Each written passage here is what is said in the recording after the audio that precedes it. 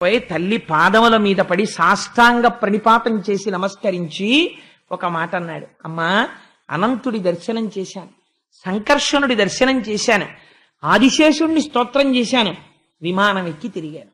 కానీ ఎన్ని జన్మలలోంచో ఉండిపోయిన చిన్న అవిద్య అజ్ఞానం ఎక్కడో ఉండిపోయింది. తల్లి, నీ మ్రోలకొచ్చి ఒక వెకిలి నవ్వు నవ్వాను, ఇంత శాపాన్ని పొందాను. అమ్మా, నువ్వు శపించినటువంటి శాపం నన్ను ఉద్ధరించడానికే అనుకుంటున్నానమ్మా. అలాగే నేను రాక్షసయోని యందు జన్మిస్తాను, నా అజ్ఞానము అక్కడతో తొలగుగాక అని నమస్కరించి క్షమార్పణ చెప్పి ప్రణిపాతం లేచి విమానం ఎక్కి వెళ్ళిపోయాడు. లేకపోతే పరమశివుడు అన్నాడు, ఇది శివుడు అంటే ద్వంద్వములు ఎరుగడు. ఆయన అన్నాడు, పార్వతి చూశావా, వీడు భక్తుడంటే. నువ్వు ఇంత శాపం ఇస్తే వాడు కసుగందలేదు, నేల మీద పడి సాష్టాంగం చేసి, అవునమ్మా నాది దోషమే, చూసావా ఎన్ని జన్మలలో ఉండిపోయిన విద్యో ఠక్కని పటమరించింది, ఇంత దర్శనం చేసిన. తల్లి, ఆ శాపాన్ని భరిస్తాను, నా అజ్ఞానం పోతే చాలమ్మా అన్నాడు. నిజమైనటువంటి విష్ణు భక్తుడైనటువంటి వాడికి ఇటువంటి సత్వగుణం కలగాలి. కాబట్టి వీడు విష్ణు భక్తుడే. పార్వతి, ఈ భక్తి వీణ్ణి రక్షిస్తుంది. రక్షించి ఒకనాడు ఇంద్ర సంహారం కోసమని త్వష్ట ప్రజాపతి చేసిన యజ్ఞగుండంలోంచి వృత్రాసురుడిగా పైకొస్తాడు. వచ్చిన ధర్మం నిర్వర్తించాలి కాబట్టి యుద్ధం చేస్తాడు, మనస్సు మాత్రం శ్రీమన్నారాయణుడి దగ్గర పెడతాడు. తొందరగా చంపేవయ్యా, వెళ్ళిపోతానంటాడు అని పడిపోయి శ్రీమన్నారాయణుణ్ణి చేరుకుంటాడు. పరస్పర భిన్నత్వం కలుగుతుంది. నీ శాపము చేత రాక్షసుడవుతాడు, తాను చేసుకున్న సుకృతము చేత అపారమైన భక్తితో నిలబడిపోతాడు. ఇంత పరమపావనము ఈ ఆఖ్యానము. కాబట్టి నరనాథ, ఈ వృతునకు రాక్షసాకృతి కలిగిన ఈ పుణ్య కారణంబు చిరపుణ్యుడైనట్టి చిత్రకేతు మహానుభావంబు భక్తితో పరగవిన్న చదివిన వారికి సకల దుష్కర్మముల్ శిథిలంబులై కడు చెదరిపోవు సకల వైభవంబులు సమకూరు తమయంత తోల్కాడు కోర్కొలతోడ కూడి నిర్మలత్ములగుచు నిత్య సత్య జ్ఞాన నిరతులగుచు విగత దురితులగుచు బంధుమిత్ర పుత్ర పౌత్రాదులను కూడి అనుభవించుచుందురధిక సుఖము.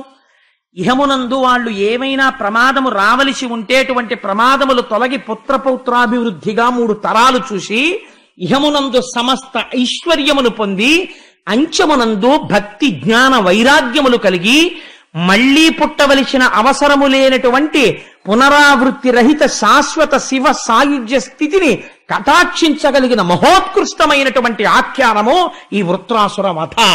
ఎందుకు రాక్షసయోని ఎందు పుట్టి ఇంతటి భక్తుడయ్యాడో ఈ రహస్యాన్ని ఎవరు వింటున్నారో వాళ్ళకి ఉదారముగా శ్రీమన్నారాయణుడు ఈ వరం ఇచ్చాడని ఆనాడు వ్యాస భగవానుడు చెబితే, శుకుడు పరీక్షిన్ మహారాజుకి చెప్తే మన అదృష్టము కొలది పోతనామాచ్యుల వారు ఆంధ్రీకరించి ఈ అమృత ఫలాన్ని మన చేతనుంచారు. సనాతన ధర్మంలో గురువుకి వేసినంత పెద్దపీట ఈశ్వరుడికి కూడా లేదు అని నేనంటే నేను ఏమీ దాన్ని ఈశ్వరుడి యొక్క తత్వాన్ని తక్కువ చేసి మాట్లాడిన వాడను కాను. ఎందుచేత అంటే గురుర్ బ్రహ్మ గురుర్ విష్ణు గురుర్దేవో మహేశ్వర గురు సాక్షాత్ పరబ్రహ్మ తస్మై శ్రీ గురవే నమః అని ఆ గురువులకి తాను అనుభవించేటటువంటి సమస్త ఐశ్వర్యము కూడా వారి వలన కలిగినటువంటి అనుగ్రహమే అన్న బుద్ధితో చక్రవర్తులు కూడా అనుభవించేవారు. ఈ దేశంలో గురువులకి ఇయ్యబడినంత గౌరవం ఎవ్వరికీ ఇయ్యబడలేదు. ఆ గురువు సర్వకాలములయందు స్వార్థమును పరిత్యజించినటువంటి వాడై శిష్యోద్ధరణ కోసమని కేవలముగా పరబ్రహ్మమునందు తాను రమిస్తూ జీవితాన్ని గడిపేవాడు. ఈశ్వరుడికి చేసిన సేవ గొప్పదా, గురువుకి చేసినటువంటి సేవ గొప్పదా అన్న ప్రశ్న వేస్తే ఈశ్వరుడికి చేసిన సేవ కన్నా గురువుకి చేసినటువంటి సేవయే గొప్పది. ఎన్నో సందర్భాల్లో దాన్ని ఈశ్వరుడు నిరూపించాడు. నేను కూడా అటువంటి మహాభాగవతులు గురువులైనటువంటి వాళ్ళు ఎవరున్నారో అటువంటి వాళ్ళ పాదములు కడిగి ఆ పాదములు కడిగినటువంటి నీటిని నేను తాగి లక్ష్మీదేవి మీద చల్లుతూ ఉంటాను అని చెప్పాడు. మీరు కుచేలోపాఖ్యానంలో చూద్దురు గాని కుచేలుణ్ణి ఎలా ఆదరించి చూపిస్తాడో. సరే, అందుచేత గురువులకు ఉన్నటువంటి ప్రాధాన్యం అంత గొప్పది. గురువుకి చేసినటువంటి సేవ అలాగే ఉంటుంది. అందుకే మనకి ఒక మాట ఉంది, ఒక గమ్మత్తైన మాట, వ్యోమవత్వ్యాప్త దేహాయ దక్షిణామూర్తయే నమః. ఆకాశం ఎంతవరకు పరివ్యాప్తమై ఉంటుందో గురువు కూడా ఆత్మస్థితి చేత అంతటా నిండిపోయి ఉంటాడు. అటువంటి గురువుకి పంచెల చాపు నీయగలిగినటువంటి శాలెవాడు ఎక్కడుంటాడు? కాబట్టి గురువుకి ఇది ఇచ్చాను అది ఇచ్చాను అనడం వల్ల గురువు తృప్తి చెందడు. నిజానికి దేని వలన తృప్తి చెందుతాడు అంటే గురువుకి చేయగలిగినటువంటి మర్యాద ఒక్కటే. ఏమిటా మర్యాద అంటే గురువుకి శుశ్రూష చేయడమే. అంతకు మించినటువంటి మర్యాద ఇంకేం ఉండదు. ఆయన కూడా ఏమీ ఆపేక్ష ఉండదు ఆయనకి. అటువంటి గురువుకి చేసినటువంటి ఉపకారము అంత గొప్ప స్థితిని తీసుకొస్తుంది. గురువు పట్ల అమర్యాదగా ప్రవర్తించడం కూడా అనేకమైనటువంటి కష్టాలను తీసుకొస్తుంది. అది సామాన్యమైనటువంటి మనుష్యుడు అనుకోండి పర్వాలేదు, కానీ దేవతలైనా సరే గురువు పట్ల అపచారం చేస్తే మాత్రం వారు తప్పుకోలేరు, చాలా క్లేశపడవలసి వస్తుంది. ఈ విషయాన్ని, గురువుల యొక్క వైభవాన్ని, గురువులు ఎంత స్వార్థత్యాగంతో ఉంటారో, వారు ఎంత శక్తివంతులై ఉంటారో, నిరంతరము ఈశ్వరుడికి ప్రణిపాతం చేస్తూ ఆత్మానుభవ సిద్ధులై ఎలా రమిస్తూ ఉంటారో చూపించేటటువంటి కొద్ది బలవత్తరమైనటువంటి ఆఖ్యానములను వ్యాసుడు శ్రీమద్భాగవతమునందు పొందుపరచారు. అటువంటి ఆఖ్యానములలో ఒక పరమ పవిత్రమైనటువంటి ఆఖ్యానాన్ని ఇవాళ మనం చెప్పుకోకపోతున్నాం.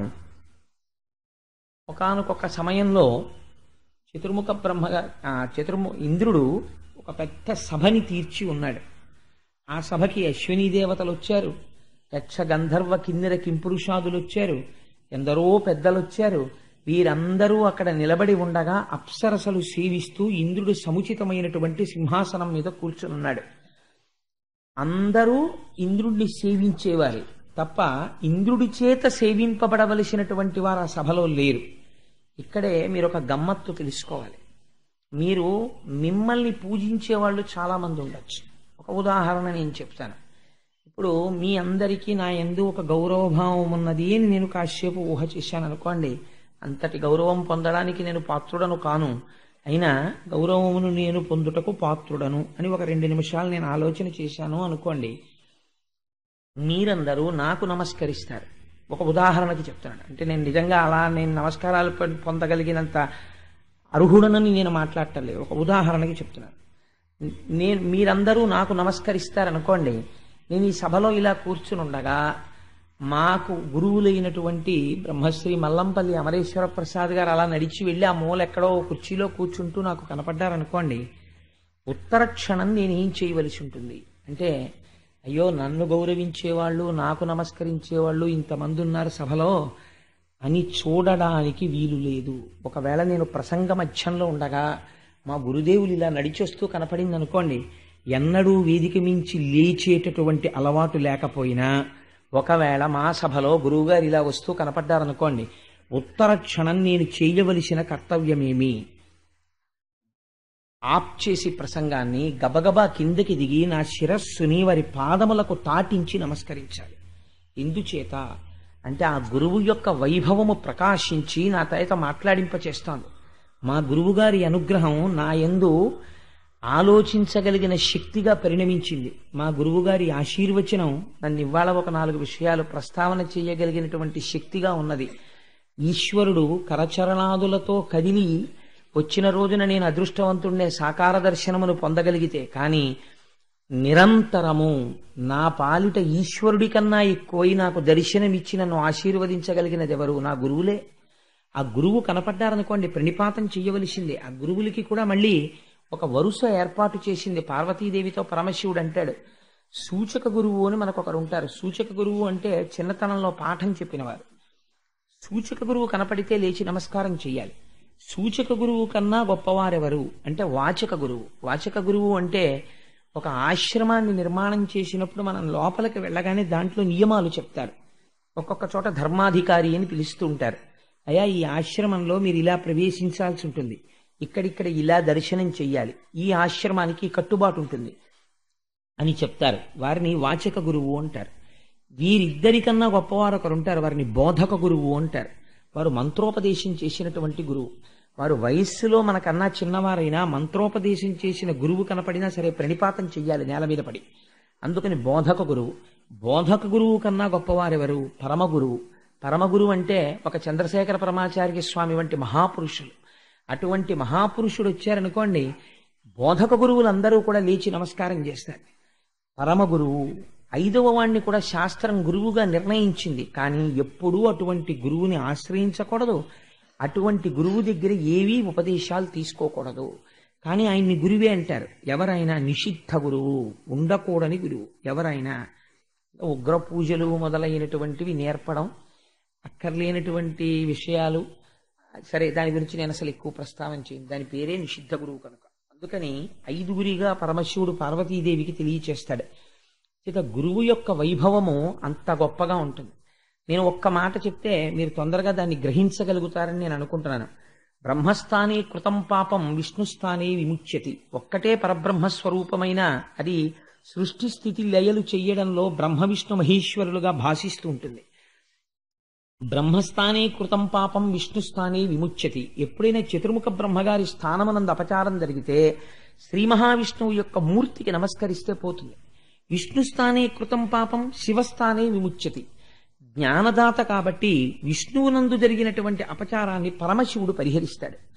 విష్ణుస్థానే కృతం పాపం శివస్థానే విముచ్యతి. శివస్థానే కృతం పాపం గురుస్థానే విముచ్యతి. శివుడి దగ్గర ఏదైనా అపచారం జరిగితే గురువుకి నమస్కారం చేసి గురువుకి క్షమార్పణ చేస్తే గురువు తీయగలడు. ఇంకా తర్వాత చెప్పలేదు. అంటే నీవు చెయ్యకూడని అపచారం ఏది, అసలు గురువు జోలికి వెళ్ళకూడదు, గురువు మనస్సు బాధ పెట్టకూడదు. గురువుకి ఏమి అపచారం చెయ్యక్కర్లేదండి. నీ ప్రవర్తన చేత గురువు మనస్సు ఖేదపడింది అనుకోండి, దానికి ఇంకా ఉత్తర జన్మ వరకు ఆపరు. అది విచిత్రం. గురువుకున్న గొప్పతనం ఏమిటంటే, గురువు పట్ల జరిగినటువంటి అమర్యాదకి ఫలితాన్ని ఇవ్వడానికి ఈ జన్మకి పుర్రె మీద రాశాం కదా, వచ్చే జన్మలో చూద్దామని చూపించరు. సజ్జ ఫలితమునిచ్చేస్తుంది. ఉత్తర క్షణములో కీడు ప్రారంభమైపోతుంది అంతే. మళ్ళీ ఎవరు తీయాలి దాన్ని? మళ్ళీ గురువుగారే అనుగ్రహించాలంతే. మళ్ళీ గురువుగారు అనుగ్రహించేంత వరకు ఈశ్వరుడు కూడా జోక్యం చేసుకోడు ఇంకా గురువుల విషయంలో. ఒక గురువుకి సమాజంలో ఉండేటటువంటి స్థానము అంత సమున్నతమైనటువంటిదై ఉంటుంది. ఆ గురువు ఎలా ఉంటాడు అంటే, మీకు ఇవాళ ఆఖ్యానాలు వినండి, గురువుల యొక్క వైభవాన్ని ప్రకాశింపచేసేటటువంటి ఒక మహత్తరమైనటువంటి విషయాన్ని ప్రతిపాదన చేస్తాడు వ్యాసభగవానుడు. అది అంతర్లీనంగా మీరు మనస్సులో పెట్టుకుని ఇప్పుడు నేను చెప్పబోయేటటువంటి ఆఖ్యానాన్ని శ్రవణం చెయ్యండి. ఒకానొకనాడు ఇంద్రుడు సభ తీర్చి ఉన్నాడు. సభలో అందరూ కూర్చునున్నారు. అందరూ ఇంద్రుణ్ణి సేవించవలసిన వారే, అందరూ ఇంద్రుని గౌరవించవలసిన వారే. అటువంటి వారు సభలో ఉన్నారు. ఇటువంటి సభ నడుస్తూ ఉండగా ఇంద్రుడు కించిత్ అహంకారమును పొంది ఉన్నాడు. ఎందుచేత? ఇంతమంది నాకు నమస్కారం పెడుతున్నారు, ఇంతమంది నన్ను సేవిస్తున్నారు, నేను ఎంత గొప్పవాణ్ణో అన్న భావన మనస్సులో బయలుదేరింది. తానింత గొప్పవాడవడానికి కారణమైనటువంటి గురువు కనపడినా లేస్తాడా అన్నది అనుమానమే. అహంకారపు పొర కమ్మింది. ఇప్పుడు ఈ అజ్ఞానాన్ని తీసేయాలి, జ్ఞానాన్ని భాషింపచెయ్యాలి. ఇవన్నీ ఎవరు చెయ్యాలి? గురువే చెయ్యాలి. ఆశ్చర్యకరంగా ఆ సభలోకి గురుతర ధర్మక్రియనయ గురుడు, మరున్మంత్ర విషయ గురుడు, వచ శ్రీగురుడు, సమస్తామరణ గురుడు, గురుండరుగుదించె కొల్వునకు నృపా. పోతన గారు అన్నారు, తాను ఏ బ్రహ్మమును అనుభవించాడో దాన్ని వాక్కుల చేత చెప్పి ఉద్ధరించగలిగిన వాడు, ఎవరి ఆశీర్వచన బలం చేత దేవతలందరూ కూడా ఇవాళ అమరులయ్యారో అటువంటి స్థితిని వాళ్ళకి కల్పించినటువంటి మహాపురుషుడైనటువంటి బృహస్పతి సభలోకి విజయం చేస్తున్నారు. ఇంద్రుడు చూశాడు. చూసి వస్తున్నవాడు బృహస్పతిని తెలుసు, వస్తున్నవాడు సాక్షాత్తుగా తనకి గురువని తెలుసు. కానీ ఒక మాట అనుకున్నాడు, ఇంతమంది నన్ను సేవిస్తున్నారు, మా గురువు వస్తుంటే నేను లేచి నిలబడి నమస్కారం చేసి ఎదురు వెళ్ళి గురువుగారు రెండని తీసుకొచ్చి ఒక ఆసనం మీద కూర్చోపెట్టడం ఏమిటి అనుకున్నాడు. అమిత తపప్రభావు కరుణాత్ముని గీష్పతి చూచి రాజ్య దుర్మద మదరేఖ నింద్రుడు వృధా తన గద్దియ లేవకుండే నెయ్యమున ఎదుర్కొనంజనక ఆసనమీయక గౌరవోపచారముల ప్రసన్ను చేయక తిరంబుగ దివ్య సభాంతరంబునన్. ఏం చెయ్యలేదు అంటే, వచ్చిన గురువుగారు తాంబూలాలు అడిగే గురువుగారు కాదు ఆయన. నాకేమైనా సభలోకి వచ్చాను కదా, ఓ హారం ఇస్తావా, 116 ఇస్తావా అని అడిగే గురువుగారు కాడు. ఆయన ఎన్నడూ ఏదీ కోరకుండా ఇంద్రుణ్ణి ఇవాళ ఇంద్రుణ్ణి చేసిన గురువుగారు. అటువంటి గురువు వస్తుంటే చెయ్యవలసిన మర్యాద ఒకటి ఉన్నది. ఏది చెయ్యలేదు.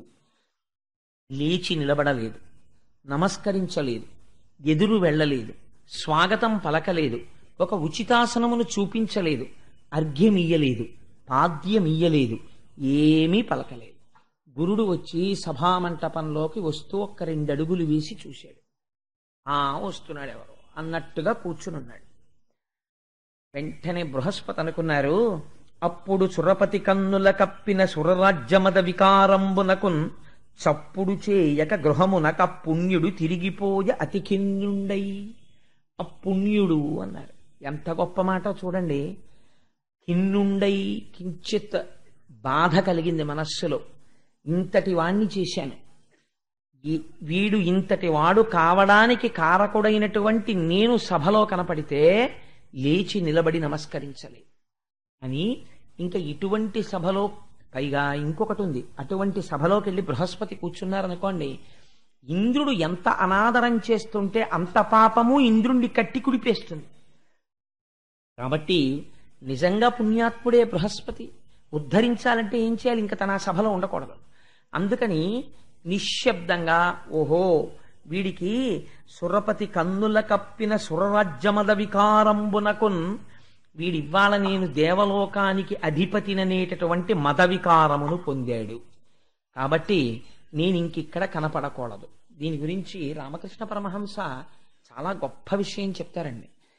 సాధారణంగా దేనివల్ల పోతుంది గురువుల పట్ల మర్యాద అంటే, ఒకటి అధికారం వల్ల పోతుంది, రెండవది ఎవరో ఉంటారు మహాత్ములు, వాళ్ళు అంతటి అధికార సింహాసనం మీద ఉన్నా సరే గురువులు కనపడేటప్పటికీ అంత గౌరవంతో అంత మర్యాదతో ప్రవర్తిస్తారు. అందుచేత అందరూ అలా ప్రవర్తించగలరా అంటే మనం చెప్పలేం. కేవలం గురువు పట్ల అమర్యాదతో ప్రవర్తించి వినాశనాన్ని తెచ్చుకుంటారు. నేను తరచూ ఒక మాట చెప్తూ ఉంటాను. రామకృష్ణ పరమహంస ఒక ఆఖ్యానం చెప్తుండేవారు. పూర్వం ఒక బ్రాహ్మణుడు, ఒక పేదవాడు గంగానదికి ఆవలి ఒడ్డున కనపడుతుండేవాడు రామకృష్ణ పరమహంసకి. రామకృష్ణ పరమహంస ఎప్పుడైనా గంగ ఒడ్డుకి వెళ్ళగానే ఆయన కాళ్ల మీద పడి నమస్కారం చేస్తుండేవాడు. ఒక రోజున రామకృష్ణ పరమహంస పడవ మీద ఒక శిష్యుడితో కలిసి ఇటువైపు నుంచి అటువైపుకి దాటుతున్నారు. ఆయన కాలు మీద కాలేసి కూర్చునున్నాడు. రామకృష్ణ పరమహంస పడవలోంచి దిగుతుంటేనే లేచి నిలబడిపోయేవాడు. లేచి నిలబడిపోయి వచ్చి గురువుగారి కాళ్ళ మీద పడ్డానికి సిద్ధంగా ఉండేవాడు. అలాంటి వాడు కూర్చునుంటే రామకృష్ణ పరమహంస అన్నారు, పూర్వం నన్ను చూడగానే గురువుగారు అని నమస్కరించేవాడు, ఇప్పుడు అలా నమస్కరించాడు. నేను అనుకుంటున్నాను బహుశా ఇతనికి ఏదో అనుకోకుండా డబ్బు కలిసి వచ్చింది, అందుకని ఇవాళ ఇతని మాట తీరు కూడా మారుతుంది, నువ్వు గమనించన్నారు శిష్యుడితోటి అని. ఏమీ తెలియనట్టు అటువైపు నుంచి వెళ్ళిపోతున్నారు. అప్పటి వరకు రామకృష్ణ పరమహంస కనపడితే భూమి మీద పడి నమస్కారం చేసే అలవాటు ఉన్నటువంటి బ్రాహ్మణుడు పరమహంసని చూసి, hi Thakur, how are you అన్నాడు. హాయ్ ఠాకూర్, ఎలా ఉన్నావు అని అడిగాడు. ఎందుచేత మద వికారం. 4 రూపాయలు వచ్చాయి. మనిషిని డబ్బు కానీ అధికారం కానీ విద్య కానీ మరింత వినయవంతుణ్ణి చెయ్యాలి తప్ప, ఏ విభూతి చేతనైనా వినయం పక్కకు వెళ్ళిపోయిందనుకోండి, ఈశ్వరుడు ఆ విభూతి ప్రకాశం చేతనే మళ్ళీ పాడు చేస్తాడు. అందుచేత అహంకారం అన్నది పొడసూపకూడదు, పరమ వినయంతో ఉండాలి. గురువులైనా అంతే, ఆ వినయంతో ఉండవలసిందే. అందుకే ఎంత చమత్కారంగా ఉంటుందంటే, నాకు ఒకసారి రామకృష్ణ పరమహంస పేరు మొదలు పెడితే ఇంకా నాకు వారే జ్ఞాపకానికి వస్తుంటారు. ఒకసారి పరమహంస ఒక మాట చెప్తారు, డబ్బు మనిషిని ఎంత మారుస్తుంది అంటే, ఒక చిల్లు జేబు ఉన్నటువంటి వ్యక్తి ఒకనాడు అలా వెళ్ళిపోతుంటే జేబులోంచి 1 రూపాయి కాసు జారి కింద పడింది. అక్కడ ఒక కన్నంలో కప్పు ఉంది. ఆ కప్పు ఏం చేసుకుంటుంది? రూపాయి. దానికి దొరికింది ఆ రూపాయి దొరకగానే దాంట్లో మార్పు వచ్చేసింది ఆ కప్పలో. అటువైపు నుంచి రాజుగారు మదపుటేనుగు మీద వస్తున్నాడు, భద్రగజం మీద వస్తుంటే చేతిలో రూపాయి ఉంది కదా ఆ కప్పకి. అది లేచి నిలబడి కాలెత్తి, ఏ మర్యాద లేదా? రూపాయింది, పో పక్కకి అంది. ఎవరిని? భద్రగజాన్ని. ఎందుకు? రూపాయి చేతిలో ఉంది. ఆ కప్ప ఏనుగు యొక్క పాదం కింద పడి పచ్చడైపోయింది. 1 రూపాయి అంత వికారాన్ని తీసుకొచ్చేస్తుంది, అంత అహంకారాన్ని తీసుకొచ్చేస్తుంది. అది ఎప్పటికి పోతుందో. పరమహంస ఎంత దారుణంగా చెప్పారో తెలుసా అండి? నేను నేను నేను అంటాడు. ఈ నేను నేను నేను అన్న వికారం పోవడానికిట ఈశ్వరుడు పశువు కింద పుట్టిస్తాట. పుట్టిస్తే వీడు బతికినన్నాళ్ళు కంఠం మీద పెద్ద పుండు వేస్తుంది. ఆ పుండు, ఆ బండి లాగించేవాడు ఏం చేస్తాడంటే ప్రయత్నపూర్వకంగా పుండుని 2 చేతులతో పట్టుకుని దాన్ని ఇలా పక్కలకి ఒత్తిగిలించి దాని మీద కాడి పెడతాడు, పెట్టి బండి తోలుతుంటాడు. ఆ నడుస్తున్నప్పుడు మెడ మీద చర్మం ఇలా ఇలా ఊగుతూ ఈ పుండు కాడి కిందకు వస్తూ ఉంటుంది. ఆగితే నడుము మీద కొడతాడు, ఆగకపోతే పుండు కాడి కిందకు వస్తుంది. ఆ పుండు నలిగిపోయి కన్నుల నీరు కారుస్తూ అలాగే కొన్ని గంటలు బండి లాగుతుంది. లాగి లాగి లాగి లాగి పడుకుంటుంది. తోక ఎక్కడికందదో అక్కడికొచ్చి ఎద్దు పుండు కాకికి నిప్పా అని పేరు. అప్పటి వరకు కాడి తగిలి బద్దలైన పుండుని కాకి తన ముక్కుతో పొడిచి ఆ చీము రక్తం తాగుతుంది. ఇలా పడుకుంటే పొడిచేస్తుంది, అలసట తీరనివ్వదు. ఇన్ని కష్టాలు పడితే వృద్ధాప్యం వచ్చిన తర్వాత దాన్ని చంపేస్తాడు. చంపేసి తోలు ఎక్కలాగేసి దప్పు చేసి నిప్పు దగ్గర పెట్టి కాల్చి దాన్ని కొడతారు. కొడితే అప్పుడు అది డామ్ డామ్ డామ్, ఇంకా చప్పుడే, ఇంకా నిశ్శబ్దం రాలేదు. అప్పుడు దాని నరాలు తీసి దూదేకేవాడు ఉంటాడు కదా, అప్పుడు ఆ దూదేకేవాడు ఆ దండికి గట్టిగా బిగించి దూదిలో పెట్టి ఇలా కొడుతుంటే, ఒక్కొక్క దెబ్బ నరం మీద కొడుతుంటే అప్పుడు మాత్రం బుద్ధొచ్చి తూహు తూహు తూహు అంటుందట. నేను నేను పోయి నువ్వు నువ్వు నువ్వు అంటుందట. అప్పటికి పోయింది దాని పశుత్వం అన్నాడు. ఎంత కాల్చిందో చూడరా, వెర్రాలోచన ఇలా చూపిస్తాడు ప్రతిదానికి. ఏది నీది? నీలో ఉన్న సమస్త విభూతులు ఈశ్వరుడి చేత ప్రకాశింపబడుతున్నాయి. నీదన్నది ఏదీ లేదు. ఈశ్వరుడు తలుచుకుంటే ఉత్తర క్షణమునందు నువ్వు ఏ విభూతిని చూసుకుని గర్వపడుతున్నావో దానిని తొలగించగలడు. శ్రీగుణరత్న కోశంలో భట్టర్లు చెప్పినట్టు ఇవాల్టి రాత్రి వరకు చక్రవర్తి, రేపటి రోజు తన రాజ్యంలో ఐశ్వర్యవంతుల గోడల క్రీనీడలో తన రూపు కనపడకుండా నిలబడి భిక్షాటన చేస్తాడు. ఎంతసేపట్లో తొలగిపోవాలి ఐశ్వర్యం? సత్యనారాయణ స్వామి వారి వ్రత కథలో విన్నారు కదా, ఆ రాజుగారు నాకు అక్కర్లేదు వ్రతం ప్రసాదం అని ఇలా వెళ్ళేటప్పటికి పోయిందంటే ఐశ్వర్యం. ఈశ్వరుడు తలుచుకుంటే ఎంతలో పోతుందండి? ఈశ్వరానుగ్రహం కలిగితే అయ్యి బాబోయ్ ఏం వినాల్సి వస్తుందో ఏం వినాల్సి వస్తుందో అని బెంగ పెట్టుకుని వెళ్ళినటువంటి వాళ్ళు ఈశ్వరానుగ్రహం ఉంటే శుభవార్తతో తిరిగి వచ్చేస్తారు. అమ్మయ్య మా మనస్సులు చల్లగా ఉన్నాయి. ఈశ్వరానుగ్రహం ఏది చెయ్యలేదు? ఏదైనా చెయ్యగలదు. అది నమ్ముకున్న వాళ్ళకి ఆ సంస్కార బలం, ఆ మంచితనం ఎప్పుడూ కాపాడుతుంటాయి. సరే, అందుచేత ఆ గురుడు వస్తుంటే లేచి నిలబడనటువంటి కారణం చేత ఆయనకి కలిగినటువంటి మదవికారమును తొలగించాలనుకున్నాడు. అనుకుని ఆ పుణ్యుడు తిరిగి వెళ్ళిపోయాడు. వెళ్ళిపోయాడు కానీ సభ ఆపలేదు. ఇంద్రుడు సభ నడిపించాడు. సభ అంతా అయిపోయింది, అందరూ వెళ్ళిపోయారు. అప్పుడు అనుకున్నాడు మనస్సులో, అరేరే, ఇంతమంది నన్ను సేవించడానికి ఏది కారణం? ఈశ్వరానుగ్రహం కారణం. ఆ ఈశ్వరానుగ్రహం నాకు తెచ్చిపెట్టిన వాడెవరు? నా గురువు. అటువంటి గురువు సభలో వస్తుండగా సింహాసనాధీష్ఠుడైనటువంటి రాజు లేవకూడదని చెప్పినవాడు అధర్మంతో మాట్లాడినవాడు. నేను ఇంద్రుడనై నేనే చెయ్యకూడని పని చేశాను. మా గురువరేణ్యులు నడిచొస్తుంటే నేను లేచి నిలబడలేదు, వారికి స్వాగతం పలకలేదు, వారికి ఆసనం ఇవ్వలేదు. నా వలన ఘోరాపచారం జరిగింది. ఖచ్చితంగా ఇది నన్ను కట్టి కుడిపి తీరుతుంది. కాబట్టి ఇప్పుడు దీన్ని ఎవరు ఆపాలి? మా గురువులే ఆపాలి అని గబగబా పరిగెత్తుకుంటూ గురువు గారి ఇంటికి వెళ్ళాడు. ఇక్కడ కూర్చున్నాడు, కానీ గురువు యొక్క శక్తి ఏమిటి? తన పట్ల అమర్యాదగా ప్రవర్తించినటువంటి ఇంద్రుడి మనస్సులో వస్తున్నటువంటి భావజాలమును బృహస్పతి తన యొక్క గృహమునందు కూర్చుని తెలుసుకుంటున్నాడు. ఇంద్రుడు బయలుదేరి తన ఇంటికి వస్తున్నాడు. తన ఇంటికి వస్తున్నాడని తెలుసుకోగానే అతనికి ఒక పాఠం చెప్పాలని తన యోగశక్తితో ఇంద్రుడికి దొరకకుండా అంతర్హితుడైపోయాడు. వచ్చాడు, ఆ గురువుగారి ఇల్లంతా వెతికాడు, కానీ ఎక్కడా గురువుగారి దర్శనం అవ్వలేదు. ఖిన్నుడై మళ్ళీ ఐరావతం ఎక్కి వెళ్ళిపోతున్నాడు. అయ్యో, గురువుగారు ఎక్కడా దొరకలేదురా, గురువుగారి పట్ల అపచారం చేశాను, గురువులకి క్షమార్పణ అనుకుంటున్నాడు. ఈ మాట వినవలసిన వాళ్ళు విన్నారు. ఇదే ఉత్తరక్షణ ఫలితం అంటే. ఎవరు విన్నారు? రాక్షసుల గూఢచారులు విన్నారు. విని వెంటనే పరుగున వెళ్ళిపోయి రాక్షసులకు నివేదన చేశారు. అయా, ఇవాళ ఇంద్రుడికి బృహస్పతి యొక్క అనుగ్రహం తొలగిపోయింది. బృహస్పతికి ఆగ్రహం కలిగింది. గురువు ఆగ్రహం ఎవరి మీద కలిగిందో వాడిని పడగొట్టేయడం చాలా తేలిక. కాబట్టి ఇప్పుడు ఇంద్రుడు గడ్డిపోచ నిమిత్తం అంతే మనం యుద్ధానికి వెళ్ళడం, ఓడిపోయి తీరుతాడు. అందుకని మనం యుద్ధానికి బయలుదేరదాన్ని రండి అన్నారు. అంతే ఆ శత్రు సైన్యం అంతా, రాక్షసులందరూ వచ్చేశారు. బ్రహ్మాండమైనటువంటి పోరు జరుగుతోంది. ఇంత బలవంతులైనటువంటి దేవతలు కూడా గడ్డిపోచల్లా ఎందుకు పనికి రాకుండా ఓడిపోయి వెళ్ళిపోతున్నారు. వాళ్ళేం చేశారు? రాక్షసులు యుద్ధానికి వచ్చే ముందు శుక్రాచార్యుల వారి పాదములు పట్టుకుని వారికి నమస్కరించి వారి అనుగ్రహంతో బయలుదేరి వచ్చారు యుద్ధానికి. ఆయన ఆశీర్వచనం చేసి పంపించాడు. ఇప్పుడు వారికి గురుబలం ఉన్నది. వారు రాక్షసులు కావచ్చు, వీళ్ళు దేవతలే కావచ్చు. ఎంత గొప్ప తీర్పు చెప్తున్నారో చూడండి మహర్షి. వీరు దేవతలు కావచ్చు, వీరికి గురుబలం లేదు. వాడు ఇంద్రుడే కావచ్చు, అశ్విని దేవతలు కావచ్చు, దిక్పాలులు కావచ్చు, ఇవాళ గురుబలం లేదు. అందుచేత వీరు ఓడిపోతున్నారు. ఓడిపోయారు. అమరావతిని రాక్షసులు స్వాధీనం చేసుకున్నారు. ఇంద్రాదులు భయపడి చతుర్ముఖ బ్రహ్మగారి దగ్గరికి పరిగెత్తి అయ్యా, కనీ విని తెలియనటువంటి విడ్డూరం, కొన్ని సంవత్సరములు పోరాడుకున్నాం, మాకు ఓటమి తెలియదు. అటువంటిది నిన్నను బృహస్పతి గారికి కోపం వచ్చి వెళ్ళిపోయారు సభలోంచి. ఇవాళ అమరావతి పోయింది.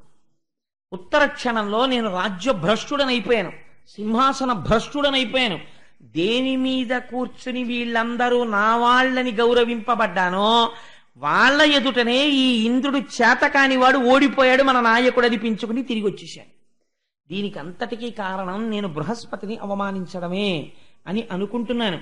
ఇప్పుడు మాకు ఎలాగ జీవితం గట్టెక్కుతుంది అని అడిగితే బ్రహ్మగారు అన్నారు, నివారణోపాయం చెప్పలేదండి బ్రహ్మగారు. వెంటనే ఆయన అన్నాడు, నెట్టన పాపకర్మమున నేరమి చేసి తిరేమి చెప్ప, మీ పుట్టిన నాట నుండియును బుద్ధులు చెప్పి జగంబులేలగా పట్టము కట్టి పెంచిన కృపానిధి బ్రహ్మకళా విధిజ్ఞు చేపట్టక గుట్టుచారి సిరిపట్టున దొట్టిన పొట్ట కొవ్వునన్.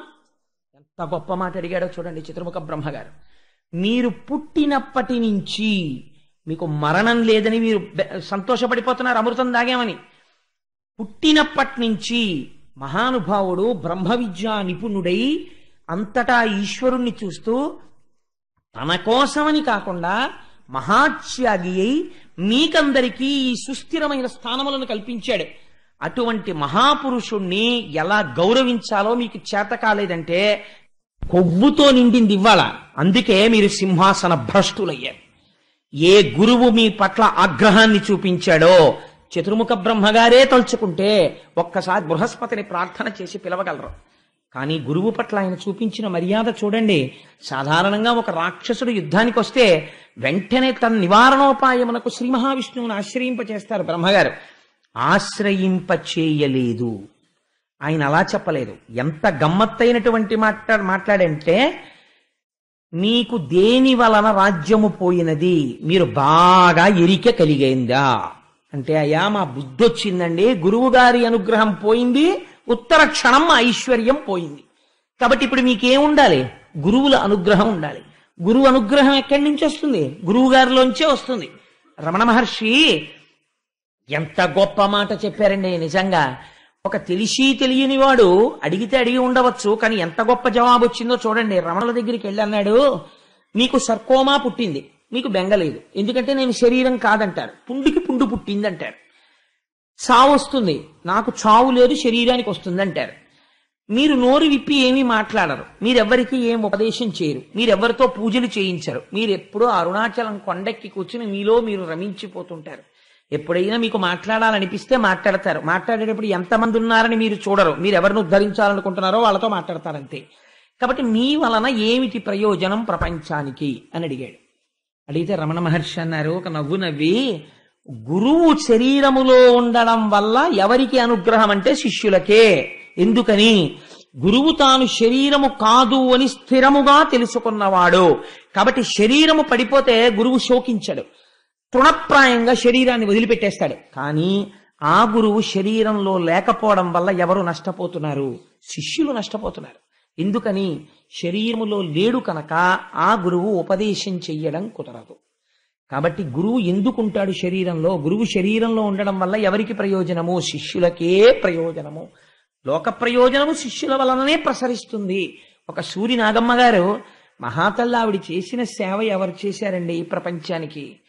ఎప్పుడు మాట్లాడతారో తెలియనటువంటి రమణ మహర్షి వెనకాతల తిరుగుతూ ఆయన నోరు విప్పి మాట్లాడితే ఏ సందర్భంలో మాట్లాడారో ఏం మాట్లాడారో గబగబా రాసుకుని ఉత్తరం రాసి అన్నగారికి పోస్ట్ చేసేవారు. ఆ అన్నగారు ఎంత ప్రాజ్ఞుడో, నా చెల్లెలు నాకింత గొప్పగా ఉత్తరాలు రాస్తోందని ఆ ఉత్తరాలన్నీ దాచారు. రమణ మహర్షి శరీరం వదిలిపెట్టిన తర్వాత సూరి నాగమ్మ గారు వాళ్ళ అన్నయ్య గారికి డేటు వేసి రాసినటువంటి లేఖలే రమణులు ఏం మాట్లాడారు అన్నదానికి మనకు ఆధారాలు అయ్యాయి. అవే సూరి నాగమ్మ గారి లేఖలు అన్న రూపంలో 3 వాల్యూమ్స్ 4 వాల్యూమ్స్ అవి. వాటి రూపంలో రమణుల యొక్క సమస్త జ్ఞాన బోధ మనకు అందేటటువంటి అదృష్టం కలిగింది. కాబట్టి గురువు శరీరములో ఉండడం ఎవరికి ప్రయోజనం? శిష్యులకే ప్రయోజనం అంతే.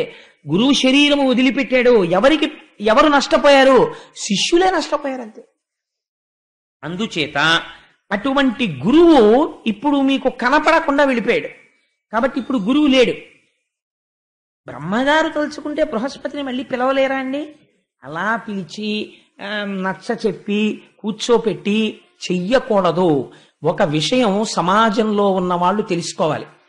గురువు గారు అని పిలిచారనుకోండి, ఎవరినన్నా మీరు పిలిస్తే గురువు గారు మీరు ఎక్కడికో పిలిచారు, నేను రాలేను అన్నారు, ఇంకక్కడతో నోరు మూసుకు కూర్చోవాలి. అంతేకాని నువ్వు గురువు అని పిలిచి 10 మాటలు వెంటపడి కారెక్కుతుంటే, ఆఫీసులో ఉంటే, ఇంట్లో ఉంటే, ఇంటికొచ్చి మీద పడి చెయ్యనన్న పనిని చెయ్యి అని వెంటపడిన వాడు పరమశత్రువు. వాడు నీకు శిష్యుడి రూపంలో తిరుగుతున్నటువంటి మేక వెనక తోడేలు. వాడన్నా మారాలి. వాడు మారకపోతే ఒకనాడు గురువు చెప్పేస్తాడు, ఇంకెప్పుడు నా కళ్ళ ముందు నువ్వు కనపడకని. అలా చెప్పిన రోజు వచ్చిందనుకోండి, వాడు ప్రమాదాన్ని కౌగిలించుకోవాల్సి ఉంటుంది. ఆ స్థితి తెచ్చుకోకూడదు. అందుకని ఒకసారి చెప్తే వినాలి, వినకపోతే వాడికే ప్రమాదం అది. అందుచేత గురువుల పట్ల మర్యాదగా ప్రవర్తించడం నేర్చుకోవాలి. అంతేకాని వారికి కోపం వచ్చేటట్టు ప్రవర్తించకూడదు. నువ్వా చెప్పగలిగిన వాడు ఆయన నీకు చెప్పింది వినాలా? ఆయన చెప్పింది నువ్వు వినడానికి వచ్చిన వాడివైతే ఆయన చెప్పింది వినంతే. నువ్వేవాడు 10 మాటలు ఆయనకి చెప్పడానికి? నీకు గౌరవం లేదనమాట. లేదు కాబట్టి నువ్వు అలా ప్రవర్తిస్తున్నావు. కాబట్టి నువ్వు ఆయన ఆగ్రహానికి గురైతే ఉత్తర క్షణం ఆ కీడు పొందుతావు. ఆ కీడు పొందకుండా జాగ్రత్త పడవలసిన అవసరం ఉంటుంది శిష్యులు. సో నేను ఎందుకు చెప్తున్నానంటే ఈ మాట, ఇవాళ సమాజంలో నిజంగా గురువు పట్ల శిష్యుడికి ఉండవలసినటువంటి మర్యాద తగ్గిపోతోంది. నేను కోటేశ్వరరావు ఎందుకు సడన్ గా అలా వాల్యూమ్ పెంచారు అని మీకు అనుమానం రావచ్చు. సమాజంలో ఉన్న పరిస్థితులు నాకు ఒక్కొక్కసారి ఆ ప్రవర్తన ఎందుకు, ఇంక ఏమిటి తెలుసుకుంటున్నట్టు గురువులు వెనకాతలు తిరిగి రోజులు విని ఏమిటి నేర్చుకుంటున్నారు మీరు? నేర్చుకున్నది ఉంటే మీ నడుబడి ఎందుకు కనపడాలి, కనపడి సక్రమంగా ఉండాలి ప్రవర్తన. అందుచేత చెప్తున్నాను, మారడం అనేటటువంటిది చాలా అవసరం. మారని దానికి ఎన్ని విని ప్రయోజనం ఏముందండి?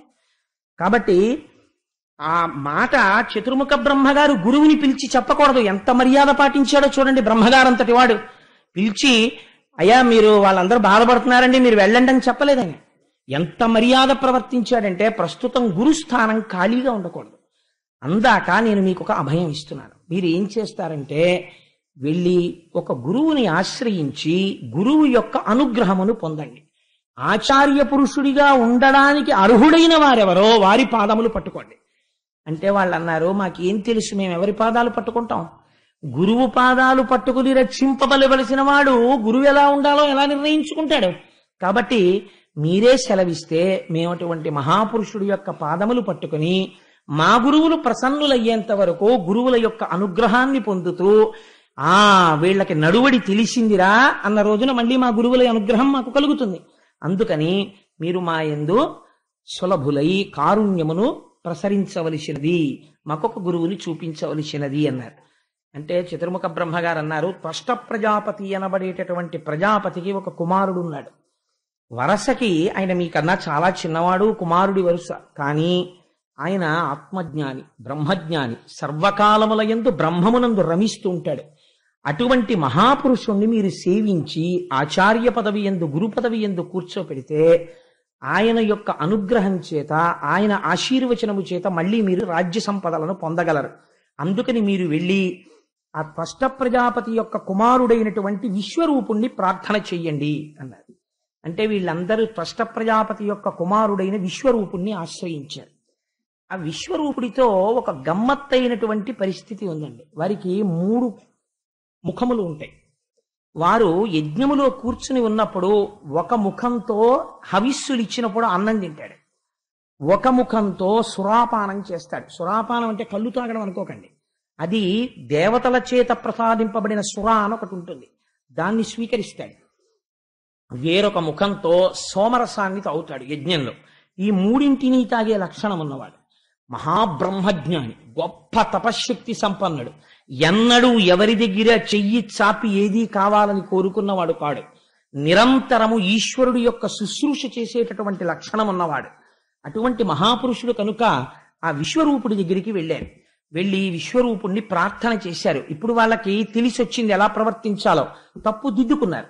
అందుకని అన్నారు, అరయ ఆచార్యుండు పరతత్వ రూపంబు తండ్రి తలంపంగ ధాతరూపు రూపింప భ్రాత మరుత్వతి రూపంబు తెలియంగ తల్లి భూదేవి రూపు భగిని కరుణ రూపు భావంబు ధర్మస్వరూపంబు తానర్ధి రూపు మొదల అభ్యాగతుడుమున్న అగ్నిదేవుని రూపు సర్వభూతములు కేశవుని రూపు కాన తండ్రి వేగకడు ఆర్తులకు పితృజనులమైన మమ్ము చల్లచూచి పరభయంబు వాపి నిరుపమంపగు తపోమహిమ చేత మెరసి మనుపవయ్య.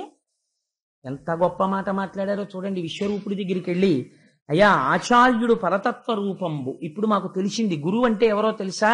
సాక్షాత్ శ్రీమన్నారాయణుడికి ఆ పరతత్వానికి గురువుకి తేడా లేదు, ఒకటే అయి ఉంటారు.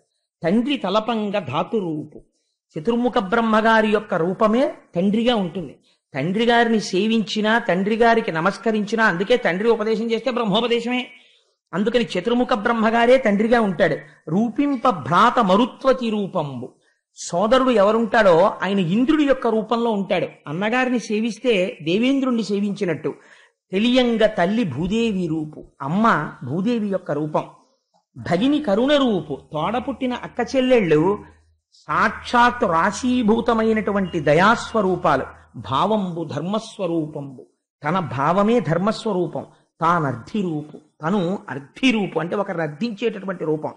అభ్యాగతుడుమున్న అగ్నిదేవిని రూపు సర్వభూతములు కేశవుని రూపు అని అన్ని ఏవే రూపాలుగా ఉంటాయో సమస్త భూతములు శ్రీ మహావిష్ణు రూపంలో ఉంటాయి.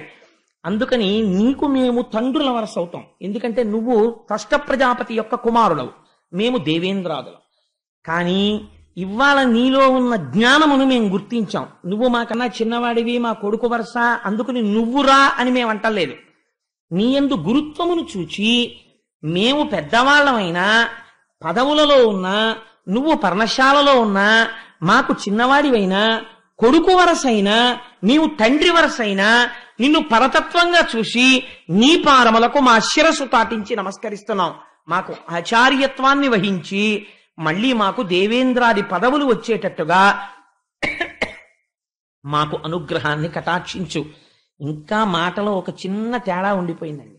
ఇంద్రుడు అన్నాడు, మేము మళ్ళీ అమరావతి పట్టణాన్ని ఏలడం ప్రారంభించిన తరువాత ఆ అమరావతిలో ఉన్నటువంటి భోగములన్నీ గురువరేణ్య మీవే.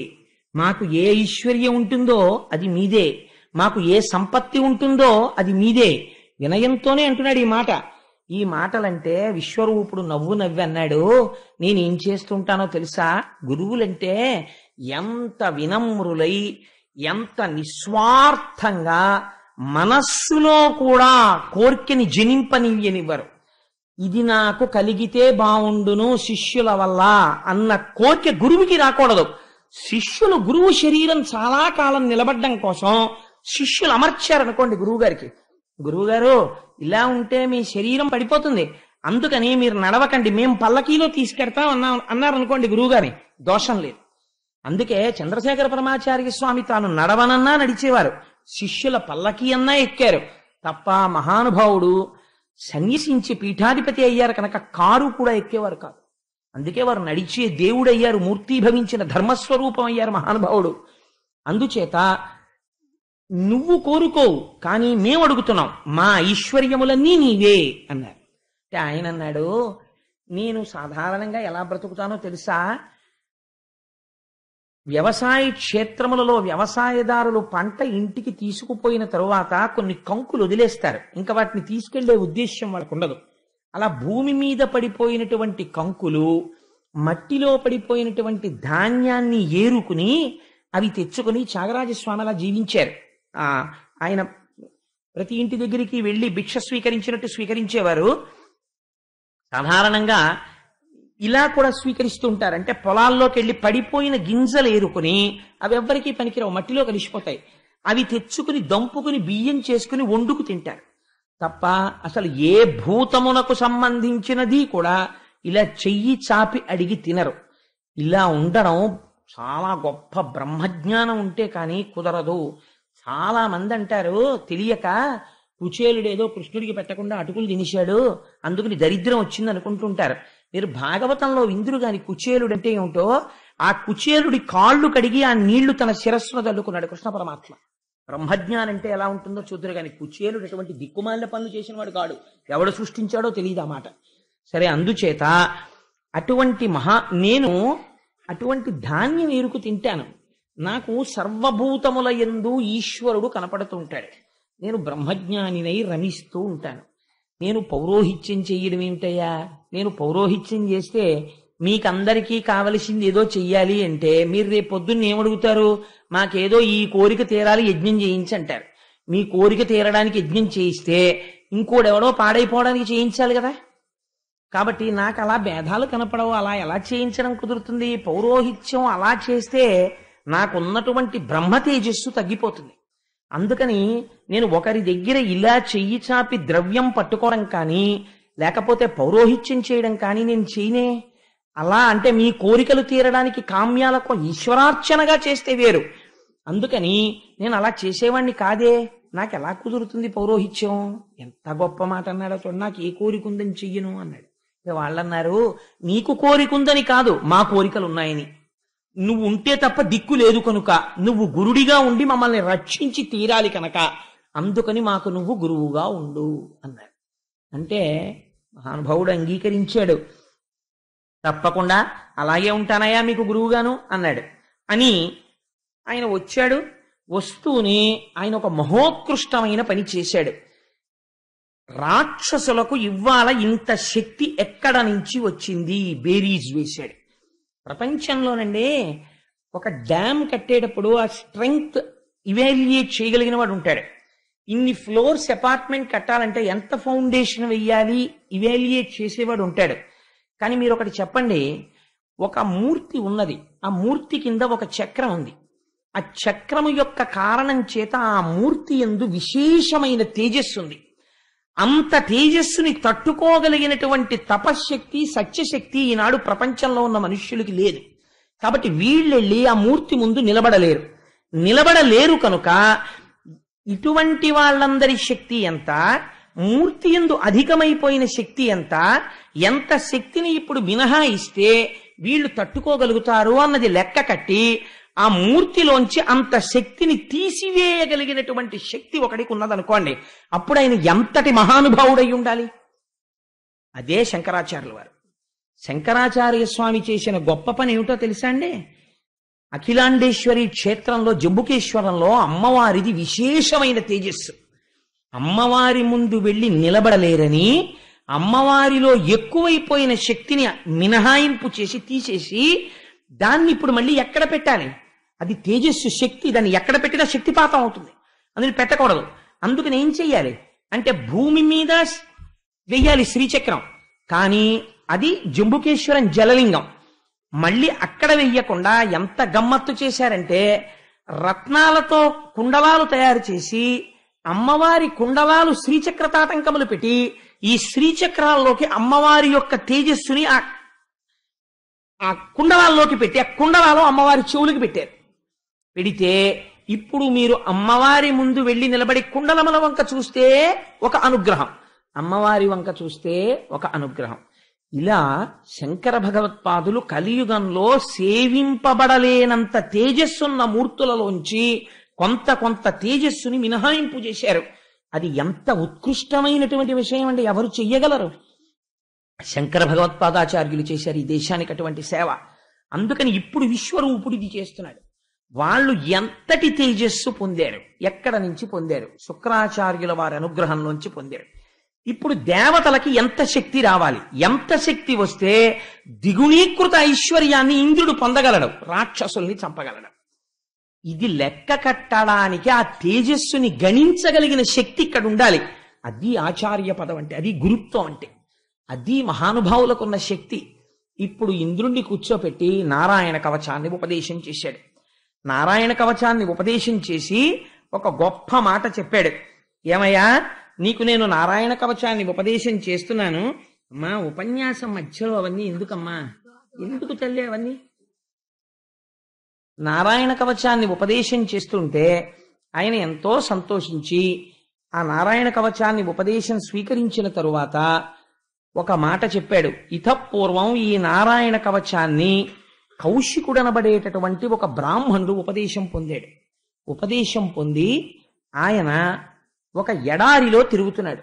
ఆ ఎడారిలో తిరుగుతుండగా అక్కడే ప్రాణములను విడిచిపెట్టేశాడు. ఎలా? ఆ నారాయణ కవచాన్నే ఉపదేశం తీసుకుని తజ్జానము చేస్తూ ప్రాణములను విడిచిపెట్టాడు. విడిచిపెడితే ఆ నారాయణ కవచము యొక్క తేజస్సు ఏమైపోయింది అంటే ఆయన అస్థికలని పట్టేసింది. ఆయన అస్థి పంజరం ఆ ఎడారిలో ఇసుకలో పడిపోయి ఉండిపోయింది. ఉండిపోతే చిత్రరథుడు అనబడేటటువంటి గంధర్వుడు ఆకాశ మార్గంలో భార్యలతో కలిసి విమానంలో వెళ్ళిపోతున్నాడు. వెళ్ళిపోతుంటే ఎడారిలో పడిపోయి ఉన్నటువంటి ఈ అస్థి పంజరాన్ని విమానం దగ్గరకు వచ్చింది. దగ్గరకు రాగానే అది దాటడం మానేసి ఆ విమానం కింద పడిపోయింది.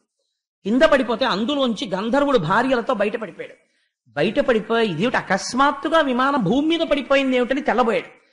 ఈ సమయంలో ఒక మహానుభావుడు వాలకిల్యుడనేటటువంటి మహర్షి అక్కడికి వచ్చి, నీ విమానం పడిపోవడానికి కారణం ఏమిటో తెలుసా? నారాయణ కవచాన్ని ఉపదేశం తీసుకుని నారాయణ కవచాన్ని సశాస్త్రీయంగా ఉపాసన చేసినటువంటి ఒక మహాపురుషుడు కౌశికుడనేటటువంటి బ్రాహ్మణుడు ఇక్కడ ధ్యానంలో శరీరం వదిలిపెట్టాడు. ఆ కవచ ప్రభావము అస్థికలకి ఉండిపోయింది. ఆ అస్థికల నుంచి ఎవ్వరూ దాటి వెళ్ళలేరు, విమానంలోంచి కూడా వెళ్ళలేరు. కాబట్టి నువ్వు ఆ అస్థికలని తీసి మూట కట్టి దగ్గరలో ప్రవహిస్తున్న సరస్వతీ నదిలో నిమజ్జనం చేసి ఆ తదనంతరం నువ్వు స్నానం చేసి ఆచమనం చేసి మళ్ళీ వచ్చి విమానం ఎక్కితే నీ విమానం కదులుతుందన్నారు. అంటే అప్పుడు ఆ చిత్రరథుడు అక్కడ ఉన్నటువంటి ఎముకలన్నింటినీ ఏరి మూట కట్టి తాను తీసుకుని వెళ్లి సరస్వతీ నదిలో నిమజ్జనం చేసి స్నానం చేసి ఆచమనం చేసి వచ్చి రథం ఎక్కాడు. రథం అప్పుడు దాటి వెళ్ళింది. ఈ నారాయణ కవచానికి ఉన్న శక్తి అంత గొప్పదయా, నీకు ఉపదేశం చేస్తున్నాను, స్వీకరించు అని ఆ నారాయణ కవచాన్ని ఉపదేశం చేశారు. ఇంద్రుడు నారాయణ కవచాన్ని ఉపదేశం పొందాడు. నారాయణ కవచాన్ని ఎప్పుడైతే ఉపదేశం పొందాడో ఇప్పుడు శుక్రాచార్యుల వారు ఇచ్చినటువంటి శక్తి కన్నా ఇంద్రుడి యొక్క శక్తి ఎక్కువైంది. ఎక్కువ అంటే గురువుల అనుగ్రహం కలిగింది. రాక్షసులందరినీ ఓడించి మళ్ళీ అమరావతిని స్వాధీనం చేసుకున్నాడు. స్వాధీనం చేసుకుని ఎంతో సంతోషంగా కాలం గడుపుతున్నాడు. మళ్ళీ సంతోషంగా కాలం గడిచిపోతోంది. ఒక మాట అన్నాడు కదండి, మా ఐశ్వర్యం అంతా నీదే అన్నాడు కదా. అంటే అప్పుడు మహానుభావుడు ఆయన అన్నాడు, విశ్వరూపుడు, గురుధనము కూర్పనేటికి గురుశిక్షం తగిలి మంత్ర కోవిదులై సద్గురు ధర్మ నిరతులేనియు గురువులకును శిష్యువరులే కూర్చిన ధనముల్. ఇప్పుడు మళ్ళీ అమరావతి వచ్చింది కదా, సింహాసనం అంతాను. మీతో మాట అన్నాను కదా, నాకున్న ఐశ్వర్యం అంతా మీదే అన్నాను కదా.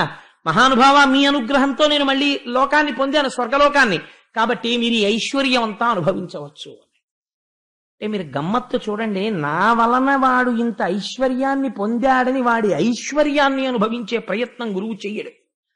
అందుకని ఆయన అన్నాడు విశ్వరూపుడు, ఓరి పిచ్చివాడా, శిష్యుల యొక్క ధనాన్ని తనదిగా మార్చుకుందామని, శిష్యుల ధనం తను తీసుకుందామని ప్రయత్నం గురువు చెయ్యడు. గురువు అంటే ఏమిటో తెలుసా? శిష్యులే గురువు యొక్క ఐశ్వర్యం. 4 మాటలు విని, గురువుగారు మీరు చెప్పిన మాటల వల్ల మా జీవితం మారింది అన్న శిష్యుడు ఎవడున్నాడో వాడురా గురువుకి ఐశ్వర్యం. తప్ప నీ ఐశ్వర్యం నాకెందుకు, అలా పుచ్చుకునేవాడిని నేను కాను, నాకు అక్కర్లేదన్నాడు. ఇది విశ్వరూపుడు అంటే. ఇంత గొప్ప విశ్వరూపుడు తదనంతరం యజ్ఞయాగాది క్రతువులలో హవిస్సులు స్వీకరిస్తుండేవాడు. ఇంద్రాదులకు ఆ హవిస్సులు ఇస్తుండేవాడు. కానీ ఆయన తల్లిగారి పేరు రచన. ఆవిడ రాక్షస వంశానికి చెందినటువంటిది. కాబట్టి రాక్షసులు ఆయనకి మేనమామలు అవుతారు. ఈ రాక్షసులు వచ్చి, ఒరే నువ్వు మేనల్లుడివి, నీ వలన మేమందరం మళ్ళీ స్వర్గాన్ని పోగొట్టుకున్నాం, నువ్వెళ్ళి దేవతలకి గురుత్వం వహించావు, పోనీ ఎలాగో వహించావు, ఇంద్రుడికి నీ మీద నమ్మకం ఎక్కువ, ఇంద్రుడు చూడకుండా మాకు కొద్దిగా హవిర్భాగాలు పెట్టేస్తుండు, మేము తినేస్తూ ఉంటాం అన్నారు యజ్ఞంలోవి. అంటే ఇది తప్పే, ఖచ్చితంగా తప్పే, మీకేమి సందేహం లేదు. బాహ్యమునందు ఆచారమునంతటి దోషమే. ఎందుకని ఇంద్రాదులకు చెందవలసినటువంటి హవిస్సులోంచి రాక్షసులకు పెట్టడం ఏమిటి అంటే విశ్వరూపుడు పెట్టాడు. ఎందుకు పెట్టాడు అంటే విశ్వరూపుడు తన యొక్క స్వరూపం ఏమిటో ముందే చెప్పాడు. నేను అంతటా బ్రహ్మమును చూస్తాను, నాకు రాగద్వేషములు తెలియవు. ఎవరైనా ప్రార్థన చేస్తే గబుక్కుని వాళ్ళ మాట వినేస్తాను. అందుకని వాళ్ళకి హవిర్భాగములను ఇవ్వడం మొదలుపెట్టాడు. ఇది ఒక రోజున ఇంద్రుడు గమనించేశాడు. అరే రే, యజ్ఞంలో మనకి రావలసిన హవిస్సులు రాక్షసులకు పెడుతున్నాడు విశ్వరూపుడు. ఉత్తర క్షణం యుక్తాయుక్త విచక్షణ కోల్పోయాడు. నేను ఈ పని చెయ్యొచ్చా అన్న ఆలోచన కూడా పోయింది. వెంటనే తన చేతిలో ఉన్న చంద్రహాసాన్ని తీసుకుని మహానుభావుడైనటువంటి విశ్వరూపుడి యొక్క 3 తలకాయలు తెగిపోయేట్టు నరికేశాడు. నరికేస్తే ఆ 3 తలకాయల్లోంచి ఆయన ఒక తలతో సురాపానం చేస్తుంటాడు యజ్ఞవేదిలో. సురాపానం చేసే తల కింద పడగానే ఆడపిసుకగా మారిపోయింది. సోమపానం చేసేటటువంటి తలకాయ కౌజుపిట్టగా మారిపోయింది. అన్నం తినేటటువంటి తలకాయ తీతూపిట్టగా మారిపోయింది. అందుకే ఇప్పటికీ తీతూపిట్ట అరిచింది అనుకోండి అమంగళం అండి అంటారు. ఎందుకో తెలుసా? ఆనాడు బ్రహ్మహత్య జరిగింది ఇంద్రుడి వలన. ఎవరు గురువుగా పెట్టుకున్నాడో ఆ గురువు తలకాయ కోసేశాడు. కోసేసినప్పుడు పడిపోయిన తలకాయే తీతూపిట్టయింది. ఆ తీతూపిట్ట అరుపు తెగిపోయి పడిపోయినటువంటి విశ్వరూపుడి యొక్క తలకాయ. అందుకని అలా తెగిపడిపోయినటువంటి గురువు తల, అటువంటి ఆ కూత వినపడితే అమంగళమని అది తొలగించడం ఎవరి వల్ల సాధ్యం అంటే ఒక్క కృష్ణ స్మరణము చేతనే పోతుంది. అందుకనే ఆ గోపాలకృష్ణుడే మా ఇంటి వాడే వెన్న తింటాడే తొందరగా రాడే అని ఒక జానపదుల పాట లాంటిది ఒకటి పాడుకుంటుంటారు. ఒక్కసారి కృష్ణుణ్ణి స్మరించుకుంటుంటారు మనసులో. కృష్ణ స్మరణం చెయ్యగానే ఆ తీతూపిట్ట యొక్క చప్పుడు, అది కూసిన కూత విని కృష్ణ స్మరణం చేయకపోతే అమంగళం కలుగుతుంది. కాబట్టి ఆ తీతూపిట్ట కూత వినగానే ఈ మాట చెప్తుంటారు ఒకసారి.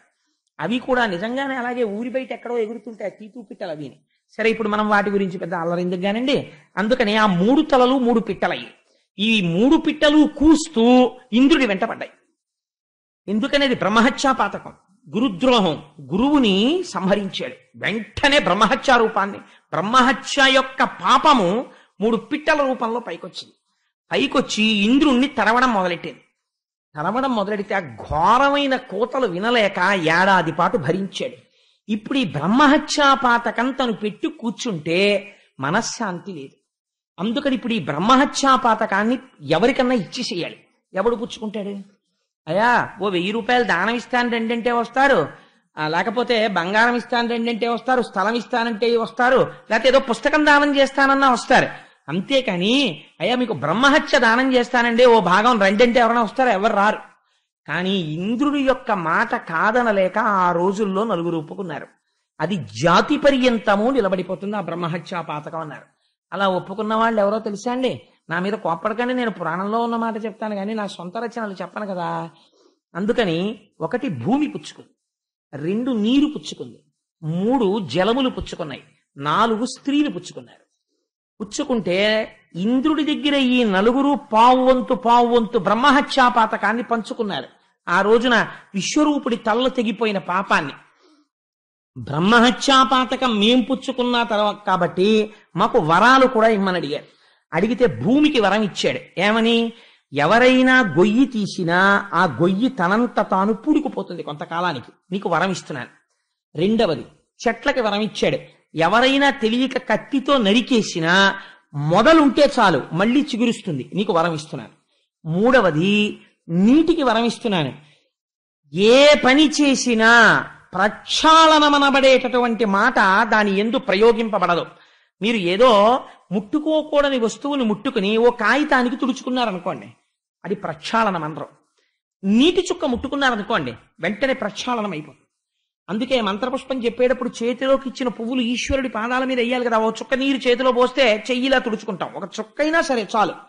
ఆ ప్రక్షాళన చెయ్యగలిగినటువంటి శక్తి నీటికి ఇచ్చారు.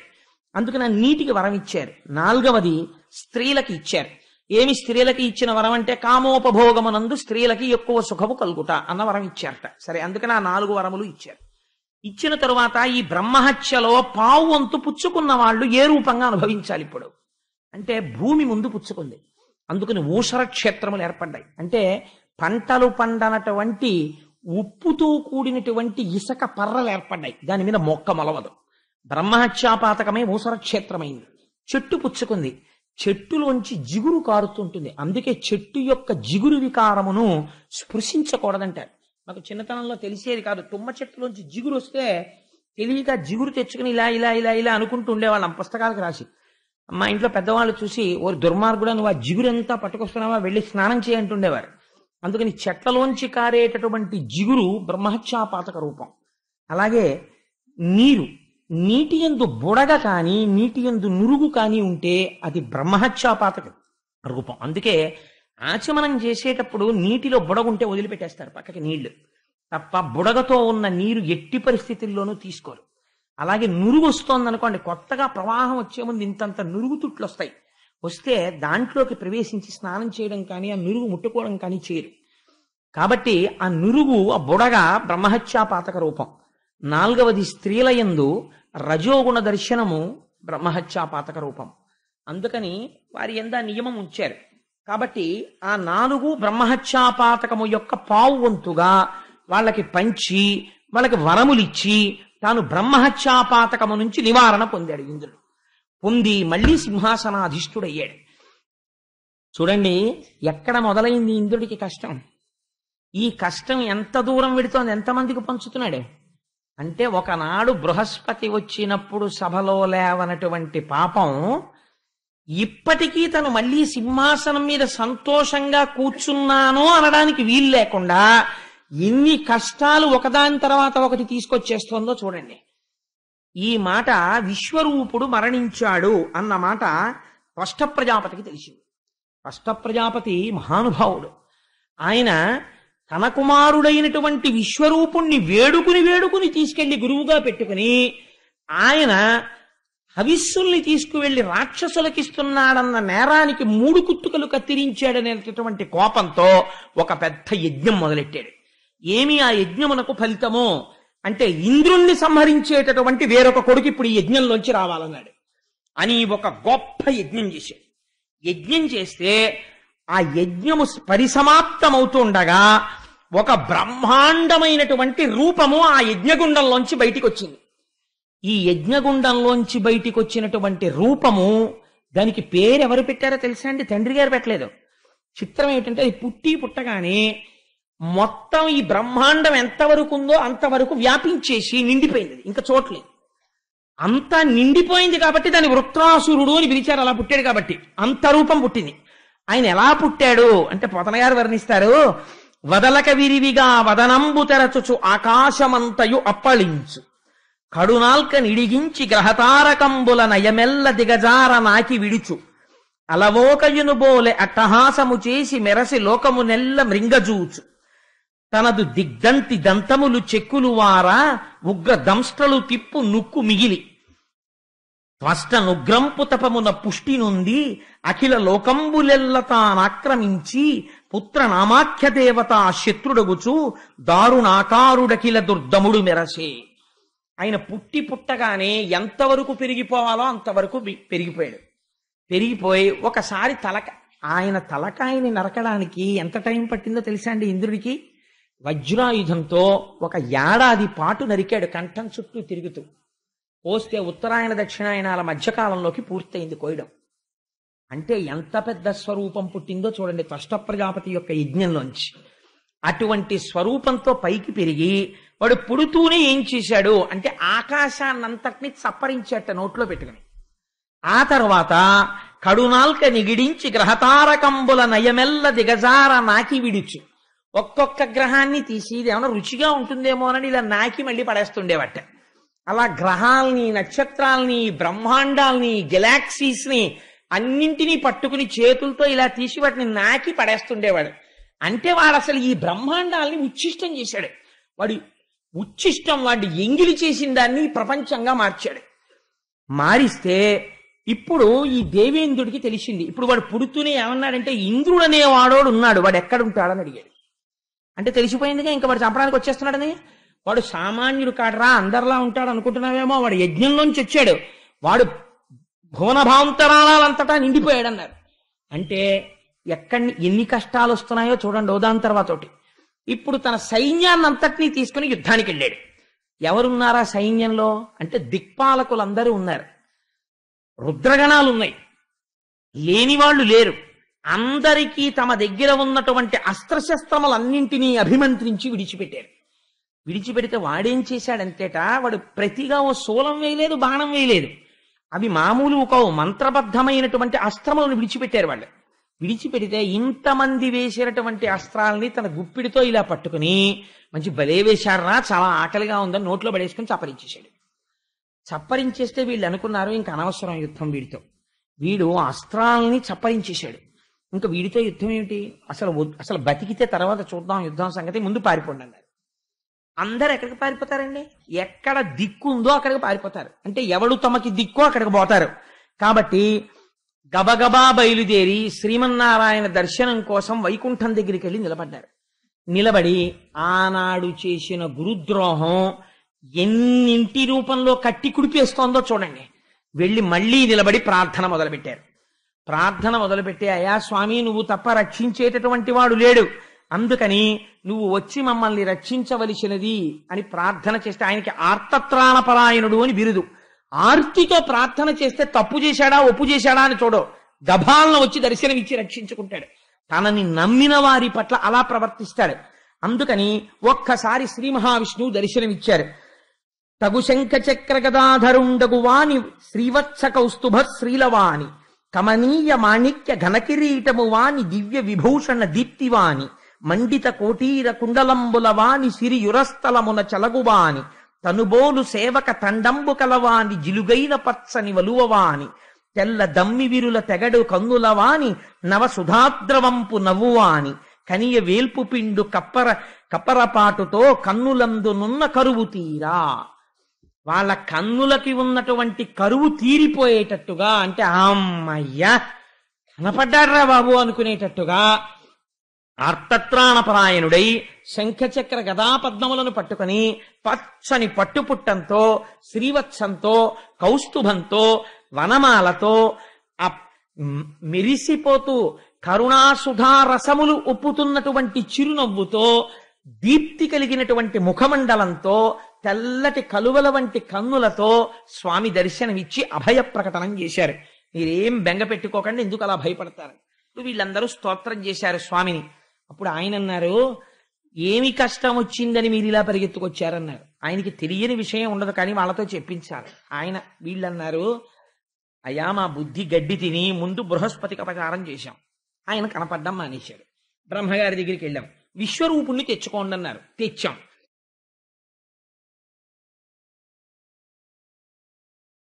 ఆయన ముందే చెప్పాడు నేను బ్రహ్మజ్ఞానిని. అబ్బెబ్బే వీల్లేదు, వచ్చి గురువు పదవిలో కూర్చోని పౌరోహిత్యం అప్పచెప్పాం.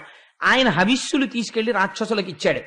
ఆ క్షణంలో కొంచెం సేపు ఆలోచిద్దాం, ఇలా ఎందుకు జరిగిందో, పోనీ ఈ మాట ఏదో మీకు వచ్చి చెప్పేసి ఉంటే, అయ్యా ఆయన్ని పెట్టుకున్నామండి, కానీ ఆయనేమో మరి హవిస్సులు తీసుకెళ్లి రాక్షసులకు ఇచ్చేస్తున్నారు అని బ్రహ్మగారికి చెప్తే ఏముండేదో, తనే పెద్ద మరగాడిని అనుకుని గభాలను కత్తి తీసి నరికేశాడు శిరస్సులు. అక్కడి నుంచి బ్రహ్మహత్యాపాతకం వచ్చింది. దాన్ని తీసుకెళ్లి ఇంకో నలుగురి మీద రుద్దాడు. ఇంకా పరంపరాగతంగా వాళ్ళని పట్టు కూర్చుంది. పోను అక్కడతో వదిలిపెట్టాడా? వదిలిపెట్టలేదు. ఈలోగా త్వష్ట ప్రజాపతి మళ్ళీ ఇప్పుడు వృత్రాసురుణ్ణి సృష్టి చేశాడు. ఇప్పుడు ఆ వృత్రాసురుడు వచ్చి మా అస్త్రశస్త్రాలన్నీ మింగేశాడు. ఇప్పుడు అసలు యుద్ధం మాట దేవుడెరుగు, మా దగ్గర యుద్ధం చేయడానికి ఏమీ లేవు, అన్ని వాడు వినిశాడు. కాబట్టి ఈశ్వర ఇప్పుడు మీరు తప్ప మాకేది దిక్కు అన్నారు. అంటే మీరు చూడండి, ఒక ఆశ్చర్యకరమైన విషయం. ఏమనాలండి, శ్రీమన్నారాయణుడు ఎన్నో అవతారాలు స్వీకరించాడు. అజాయమానో బహుధా విచాయితే, నిన్న అలా ప్రార్థన చేస్తే వృషభుడిగా వచ్చాడు కొడుకు కింద. అలాంటి వాడు పోన్లేండ్రా మీరేం బెంగ పెట్టుకోకండి, నేను వచ్చేస్తున్నానని ఓసారి ఆ గరుత్మంతుడిని ఎక్కేసి అలా వచ్చేసి ఠకేళ్ళని సుదర్శనాన్ని ప్రయోగించేస్తే ఎంత వృత్రాసురుడైతే మాత్రం కంఠం దీపై కింద పడిపోతాడు. రావాలి కదండి ఆయన. పొరపాటు ఎక్కడ జరుగుతోంది? బ్రహ్మజ్ఞానుల పట్ల జరుగుతోంది. అంటే ఎక్కడో మనస్సులో వాళ్ళ పట్ల చాలా చులకన భావం ఉంది. కాబట్టి ఈజీలీ అప్రోచబుల్, మనం 10 మాటలు వాళ్ళని తెచ్చుకోవచ్చు, ఎలా అయినా వాడుకోవచ్చు అన్న భావన ఒకటి మనసులో మెదులుతోంది. ఇది ముందు లోపల సంస్కార బలంతో మార్చుకోవాలి. అందుకని ఇప్పుడు గురువుల యొక్క అనుగ్రహం ఎలా ఉంటుందో, వారి త్యాగం ఎలా ఉంటుందో చూపించాలనుకున్నాడు. అనుకుని ఆయన అన్నాడు, మిమ్మల్ని రక్షించడానికి మీకు వస్త్రాలు పోయాయి, శస్త్రాలు పోయాయి కదా, వృత్రాసురుడితో యుద్ధం చేయడానికి కమ్మరాడి దగ్గరికి వెళ్ళి ఇప్పుడు మీరు శూలాలు చేయించుకుని గొడ్డళ్ళు చేయించుకుంటే పనికిరావు. వృత్రాసురుణ్ణి చంపడానికి కావలసినటువంటి ఆయుధాన్ని ఇవ్వగలిగిన వాడు ఒక్కడే ఉన్నాడు ప్రపంచంలో. ఆయనే దధీచి మహర్షి. అవి ఎక్కడి నుంచి వస్తాయో తెలుసా? ఆయన నిరంతర నారాయణ కవచ పారాయణం చేశాడు. ఆయన శరీరాన్ని మీరు అడగండి. ఇది గురువులంటే. మీరు వెళ్ళి అయ్యా మీ శరీరం ఇచ్చేయండి అని అడగండి. ఆయన బ్రహ్మజ్ఞాని, ఇచ్చేస్తాడు. ఇంద్రుడికి బుద్ధి వస్తుంది. సింహాసనం మీద కూర్చోవడం కాదు, త్యాగం అంటే ఎలా ఉంటుందో గురువులది చూపించాలనుకున్నాడు. అందుకని మీరు వెళ్ళి అడగండి, శరీరం ఇచ్చేస్తాడు దధీచి మహర్షి. ఆయన శరీరం ఇచ్చిన తర్వాత ఆయన శరీరాన్ని కోసేయండి, లోపల ఎముకలు పైకి తీసి మూట కట్టుకోండి. మూట కట్టుకుని పట్టుకెళ్ళి విశ్వకర్మకి ఇవ్వండి. విశ్వకర్మ ఆ ఎముకల్లోంచి 100 అంచులు కలిగిన వజ్రాయుధాన్ని తయారు చేస్తాడు. ఇప్పుడు దధీచి మహర్షి ఎముకలతో నారాయణ కవచ ప్రభావ సమ్మిళితమైనటువంటి ఆ ఎముకలలోంచి వచ్చిన వజ్రాయుధాన్ని ప్రయోగిస్తే విత్రాసురుడు సంహరింపబడతాడు. అందుకని వెళ్ళి దధీచి కాళ్ళు అట్టుకోండి అన్నాడు. అంటే ఇప్పుడు మళ్ళీ ఎవరి దగ్గరికి పంపాడు? ఇంకొక మహానిష్ఠాగరిష్ఠుడి దగ్గరికి పంపాడు. ఎంత సిగ్గుమాలిన మాట అడగాలి ఇప్పుడు ఇంద్రుడు వెళ్ళి? ఒక బ్రహ్మజ్ఞానిని అయ్యా మీ శరీరం ఇచ్చేయండి అని అడగాలి. ఎవరి కోసం? తన లబ్ధి కోసం. కానీ ఆయన ఏమనాలి? ఏరా నీకేమో స్వర్గం కావాలా, నా ఒళ్ళు నీకు ఇచ్చేయినా నా శరీరం అని అడగాలి. కానీ ఆయన ఇవ్వగలడా? ఇవ్వలేడా? ఇస్తే బుద్ధి రావాలి కదండి. అందుకని మళ్ళీ బయలుదేరాడు. ఇప్పుడు ఒక అనుమానం ఉంది మళ్ళీ. ఏమిటా అనుమానం? ఈ వచ్చినవాడెవరు? వృత్రాసురుడు. ఇప్పుడు చంపే ముందోసారి ఆలోచన చేస్తున్నాడు. నిజమే, ఆయుధాలు తీసుకొస్తానరా, శ్రీమన్నారాయణుడు చెప్పాడు దధీచి మహర్షి యొక్క ఎముకలతో చేయించమని. వజ్రాయుధం పట్టుకుని ఇంద్రుడు చంపేయచ్చు అన్నాడు. తీరా నేను చంపేస్తాను. చచ్చిపోయేవాడు ఎవడు? వృత్రాసురుడు చచ్చిపోతాడు. వృత్రాసురుడు ఎవడి బిడ్డడు? తష్ట ప్రజాపతి బిడ్డడు. తష్ట ప్రజాపతి బిడ్డడే ఇంతకు ముందు వచ్చిన విశ్వరూపుడు. ఆయన్ని చంపితే ఏమైంది? బ్రహ్మహత్యాపాతకం చుట్టుకుంది. ఇప్పుడు ఎవరు? మళ్ళీ తష్ట ప్రజాపతి కొడుకే. మళ్ళీ చంపేస్తాను, మళ్ళీ బ్రహ్మహత్యాపాతకం వచ్చి చుట్టుకుంటుంది. మీకేం, మీరు పోతారు హాయిగా మీ పదవుల్లోకి, నేనేమైపోనన్నాడు. అంటే ఇప్పుడు కొంచెం పాపపుణ్య విచారణ ప్రారంభమైంది. అంటే వాళ్ళు అన్నారు, ఒరే అసలు ముందు మనం బతికితే కదా ఆ వృత్రాసురుడిలోంచి నీకు బ్రహ్మహత్యాపాతకం వచ్చిందో ఇంకోటి వచ్చిందో, మేము ఎలాగోలా నీ చేత అశ్వమేధయాగం చేయించి నీకున్న బ్రహ్మహత్యాపాతకాన్ని విముక్తి చేయిస్తాం. ఈసారి ఎవరు పుచ్చుకోరు. తెలియక వాళ్ళు పుచ్చుకున్నారు నలుగురు. ఇంక ఈసారి వాళ్ళు పడుతున్న కష్టం చూశారు. యాత్ర కడదామంటే భయం, ఇంట్లో పుణ్యకార్యం అంటే భయం, గృహప్రవేశం అంటే భయం, పెళ్ళంటే భయం. అందుకని వాళ్ళెవ్వరూ పుచ్చుకోరు. అందుకని రే ఈసారి నీవు ఎవ్వరినీ చెయ్యి చాచి అడగక్కర్లా, నీకున్న బ్రహ్మహత్యాపాతకం మేము తీసేస్తాం. ముందెళ్ళి ఆ దధీచిని శరీరం అడగరా అన్నారు. ఎన్ని కష్టాలు వచ్చాయి చూడండి. ఇక్కడ ఒప్పుకున్నాడు. వీళ్ళందరూ తర్వాత చీ అంటారు. అన్నా పడాలి. ఎందుకని? ఆనాడు బృహస్పతి వచ్చినప్పుడు లేచి నించుంటే ఇన్ని కష్టాలు వచ్చుండేవా? ఎక్కడి నుంచి ఎక్కడికి వస్తోందో చూడండి. ఒక్క గురువుని అవమానం ఎంత కట్టి కుడుపుతోందో చూడండి. అందుకని ఏం చేశాడు? మళ్ళీ అందరినీ ఇప్పుడు ఆలోచించి తను నిర్ణయం తీసుకోవడానికి లేదు. పెద్ద ఆయన వచ్చి చెప్పేశాడు. ఇంకా ఆయనకన్నా పెద్ద ఆయన ప్రపంచంలో లేడు. వెళ్ళలేదు అనుకోండి, చచ్చూరుకుంటాడు. ఆయన ఏమంటాడు? మళ్ళీ ఎవరన్నా వెళ్ళడితే అదేట శ్రీమన్నారాయణ చెప్తే వెళ్ళలేదు, మళ్ళీ నువ్వు వచ్చావా, మేమేం చేస్తామంటారు. ఈలోగా ప్రమాదం జరిగిపోతుంది. కాబట్టి ఇప్పుడు ఆలోచించుకోవడానికి టైం లేదు. ఇన్స్టంటానియస్ వెళ్ళి చేసేయాలంతే. అందుకని తప్పదు, బ్రహ్మహత్యాపాతకం మళ్ళీ వచ్చేస్తోంది. అన్నీ తెలుసు, ఆలోచించుకోవడానికి టైం లేదు. పరిగెత్తుకుంటూ దధీచి దగ్గరికి వెళ్ళాడు. ఎంత దిక్కుమాలిన కోరికోవాలి. ఒరే నువ్వు కూర్చోడానికి ఇంద్రుడు విని అడగడానికి మేము అంటే నువ్వే అడుగన్నారు. అంటే పాపం వెళ్ళి అడిగాడు. ఎంత దారుణమైనటువంటి మాట అడిగాడంటే, అయ్యా ఇవాళ నేను నా కర్మ కాలి ఇంద్రుణ్ణి నా అంత వాడెక్కడున్నాడో, నా అంత మొనగాడు, నన్ను అందరూ సేవిస్తున్నారని ఇలా కూర్చున్నాను. ఎప్పుడో తెలుసా? మా గురువుగారు వచ్చినప్పుడు.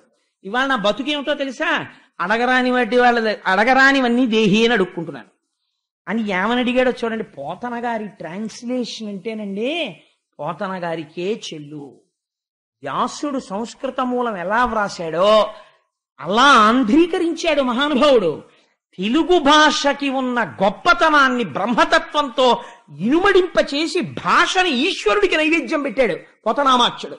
అటువంటి మహాపురుషుడు ఆయన చూడండి. చిన్న పద్యంలో ఆయన అంటారు, దధీచి దగ్గరికి వెళ్ళి, దేహి సుఖము కోరు దేహంబు ఘటించి దేహి విడువలేడు దేహమిప్పుడు, దేహి అస్మదీయ దేహంబు కొరకునై దేహమీయ గదయ్య దేవతలకు.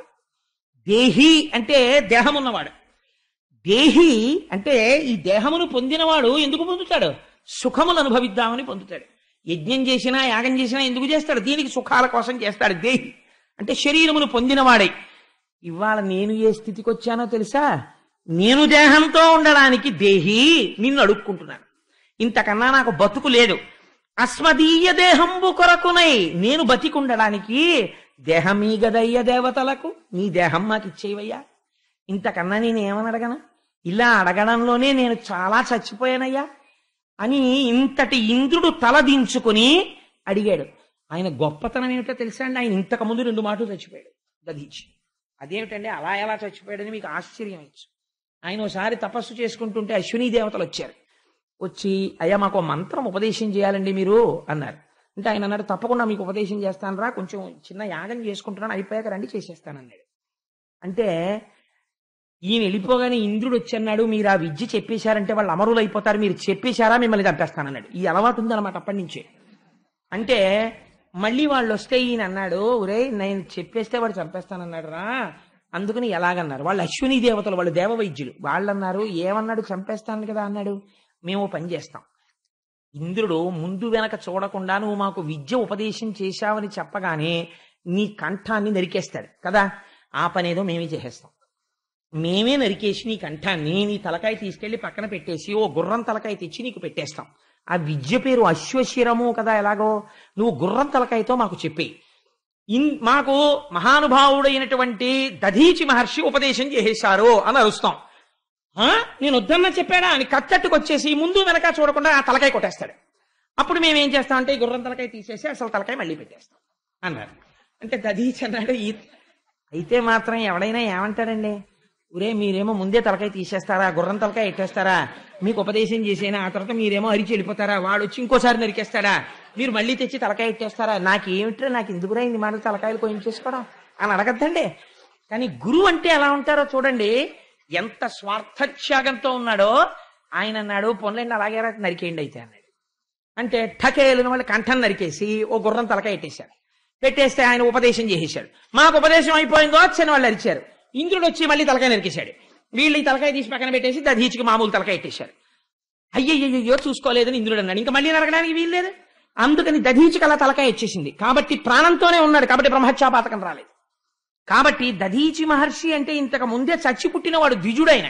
ద్విజుడేమిటంటే అటువంటి మహాపురుషుడైన అటువంటి దధీచి మహర్షి దగ్గరికి వెళ్ళి ఈ మాట అడిగితే ఆయన అన్నాడు, వాళ్ళని చూసి నవ్వుతూ, ఎలమి బ్రతుక నిచ్చగించిన వారికి దేహమల్ల భంగి తీపు కాదే, అచ్యుతుండు వచ్చి అర్థి చేసినను తన్ను ఇచ్చునట్టి దాత కలడే. ఎవడైనా ఏ సుఖాన్నైనా ఏదైనా ఎందుకు కోరుతాడయా? దీంట్లో ఉండి సుఖం అనుభవిద్దామని. మీరేమిటయా ఇలా జరుగుతున్నారు, ఏకంగా నా శరీరం ఇచ్చేయమంటున్నారు. ఒకవేళ అచ్యుతుడు అంటే తన స్థానం నుంచి చెలించని వాడు ఆయనే వచ్చి అయ్యా మీ దేహం ఇచ్చేయండి అన్నా ఎవడైనా ఇస్తాడా? ఎవడు ఇవ్వడు కదా. మరి మీరేమిటి తన్ను ఇచ్చునట్టి దాత కలడే, తన శరీరాన్ని దానం చేసేవాడు ఉంటాడరా ప్రపంచంలో? అయినా నేను ఎక్కడా వినలేదు, అర్ధంబు వేడెడు అర్ధులు కలరు కాంగంగంబు వేడెడి అర్ధి కలడే, తన కోరికలనిచ్చు దానశీలుడు కలుగు తన దేహమీ నేర్చు దాత కలడే, ఈ నేర్చువాడు తన్నిచ్చిన రోయక చంపెడునట్టి ఆచకుండు కలడే, చంపియుపోవక శల్యంబులన్నీయు ఏరుపంచుకపోవు అరు కలరే, రమణలోకమెల్ల రక్షించు వారికి హింస చేయు బుద్ధి ఎట్లు పొడమే, భ్రాంతి అయిన ఎట్టి ప్రాణంబుపై తీపు తమకు పోలి ఎదిరి తలపు వలదే.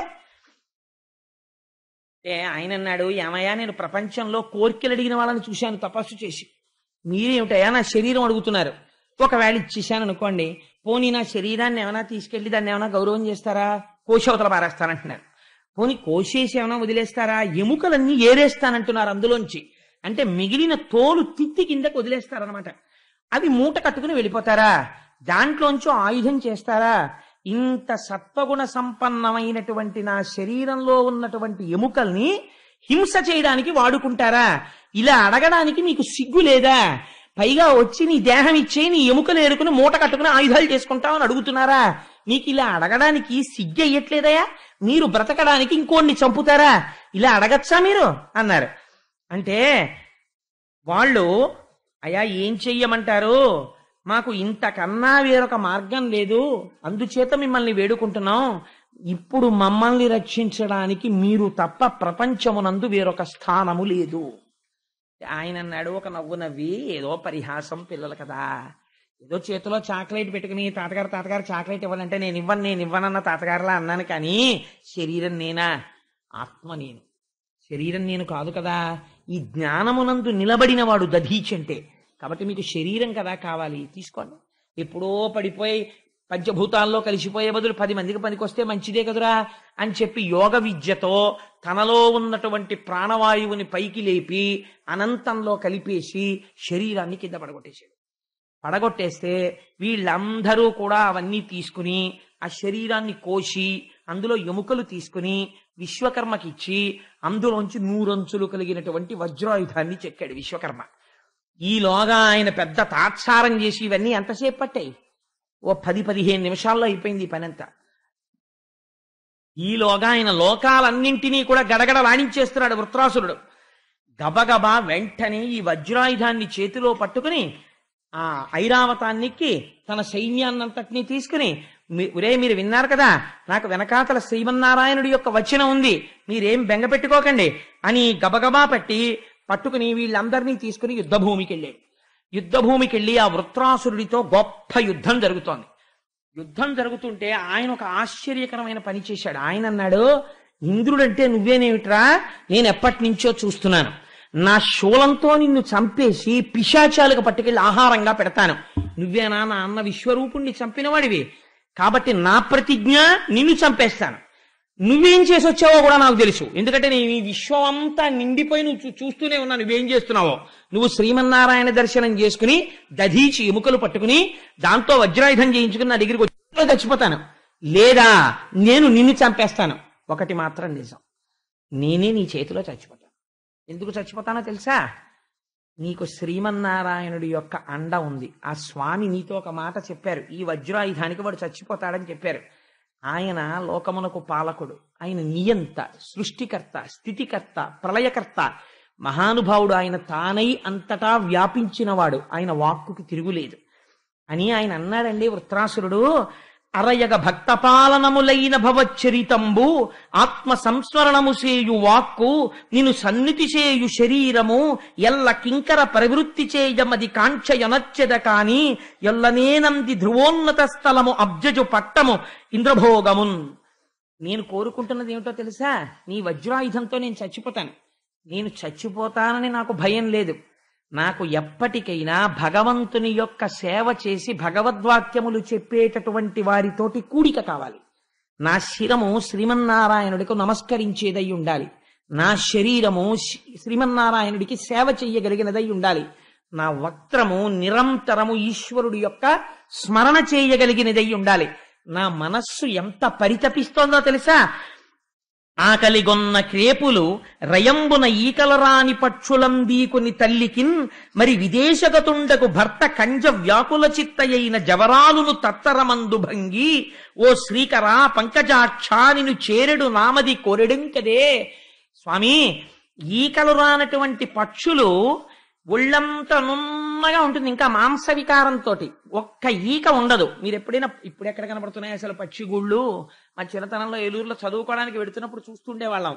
అవి ఇలా నోరు బయటకు పెట్టి, ఇంకా కళ్ళు కూడా విడిపడ్డాయో లేదో తెలియదు, ఇలా నోళ్లు విప్పి ఆ అమ్మ అరుపు వినపడగానే ఇలా కూ కూ కూ కూ కూ కూ అంటూ నోళ్లు విప్పుతాయి. అమ్మ తీసుకొచ్చిన గింజలు తింటూ ఉంటాయి. అమ్మ అరుపు వినపడగానే అమ్మ కోసం నోరు తెరిచినటువంటి ఈకలు రాని పక్షిలా చాలా కాలం క్రితం విదేశాలకు వెళ్ళిపోయినటువంటి భర్త తిరిగి వస్తే ఆయనతో కలిసి ఉండాలని కోరుకున్నటువంటి మహాపతివ్రతలా నేను శ్రీమన్నారాయణుడి యొక్క పాదములలో చేరిపోవడానికి పరితపిస్తున్నవాణ్ణి. అందుకని తొందరగా నీ వజ్రాయుధం నా మీద ప్రయోగించి నన్ను తుదముట్టించవయా ఇంద్ర. ఇప్పుడు ఐరావతం మీద వెనక్కి పడిపోయిన వాడు ఎవరో తెలుసా అండి? ఇంద్రుడు. ఏమిట్రా, వీడి కోసం నేను వజ్రాయుధం చేయించుకొస్తే వీడు తొందరగా వేసేయి, నేను వెళ్ళిపోతాను నారాయణుడిలో కంటాడు. ఇలా అన్న రాక్షసుణ్ణి నేను చూడలేదు. వీడు పుట్టింది నన్ను చంపడానికి, వీడేమో నన్ను తొందరగా చంపి నేను వెళ్ళిపోతాను నారాయణుడి దగ్గరికి అంటున్నాడు అని ఆయన అన్నాడు. ఒరే, అసలు నిన్ను చూస్తుంటే నాకు నారాయణుడినే చూసినట్టుంది, నీకు నమస్కారం చెయ్యాలనిపిస్తోంది. నువ్వు రాక్షసుడి ఏమిటి, మరి నీకు యుద్ధం ఏమిటిరా అన్నాడు. అంటే ఆయన అన్నాడు, ధర్మం ధర్మమే, నువ్వు మా అన్నయ్యని చంపేశావు, నేను పుట్టింది నిన్ను చంపడానికి, నేను నీ చేతిలో చచ్చిపోతాను సత్యం, చచ్చిపోయే వరకు నిన్ను చంపుతాను, అందుకని యుద్ధం వదిలిపెట్టడం అన్న ప్రసక్తి లేదు, చచ్చిపోయాక నేను వెళ్ళవలసిన దాని గురించి చెప్పాను అంతే, ఏం అలా చూస్తున్నావు అని వాడు ఢామ్మను శూలం తీసి డబేల్ని ఆ ఐరావతం తల మీద కొట్టాడు. తల బద్దలైపోయి నెత్తురు కారుతూ ఐరావతం పడిపోయింది. ఆ శూలం తీసి లెంపకాయ కొట్టినట్టు ఇంద్రుడి యొక్క చెంప మీద కొట్టేట. కొట్టేటప్పటికి తల గిర్రని తిరిగి చేతిలో ఉన్న వజ్రాయుధానికి కింద మనిషి అది భూమి మీద పడిపోయింది. ఇప్పుడు వజ్రాయుధం చేతిలో లేదు, శూలం వృత్రాసురుడి చేతిలో ఉంది. చేతిలో ఆయుధం లేదు కాబట్టి ఒక్క పొడుపు పొడిచేసి చంపేయగలడు. వృత్రాసురుడు అన్నాడు ఇంద్రుడి వంక చూసి, శూలం ఇలా పట్టుకుని ఉన్నాడండి, ఇలా అంటే అయిపోయిందంటే ఇంద్రుడి పని అన్నాడు, నాకును సఖ్యము పుణ్యశ్లోకులతో కాని తత్వశూన్యులు సంసారైక విమోహలతోడ కాకుండా ననర్పమయ్య కంజదలాక్ష అని ఆ విరక్తులైన వారితో భగవద్భక్తులతో స్నేహం కదా ఇంతకు ముందు అడిగాడు.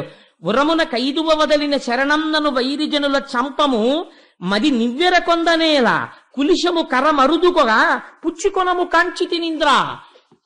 ఇంద్ర వెనక్కి తిరిగి వెన్నిచ్చి పారిపోయిన వాణ్ణి, చేతిలో ఆయుధం లేని వాణ్ణి, నిద్రపోతున్న వాణ్ణి, ఇలాంటి శత్రువుని నేను చంపను.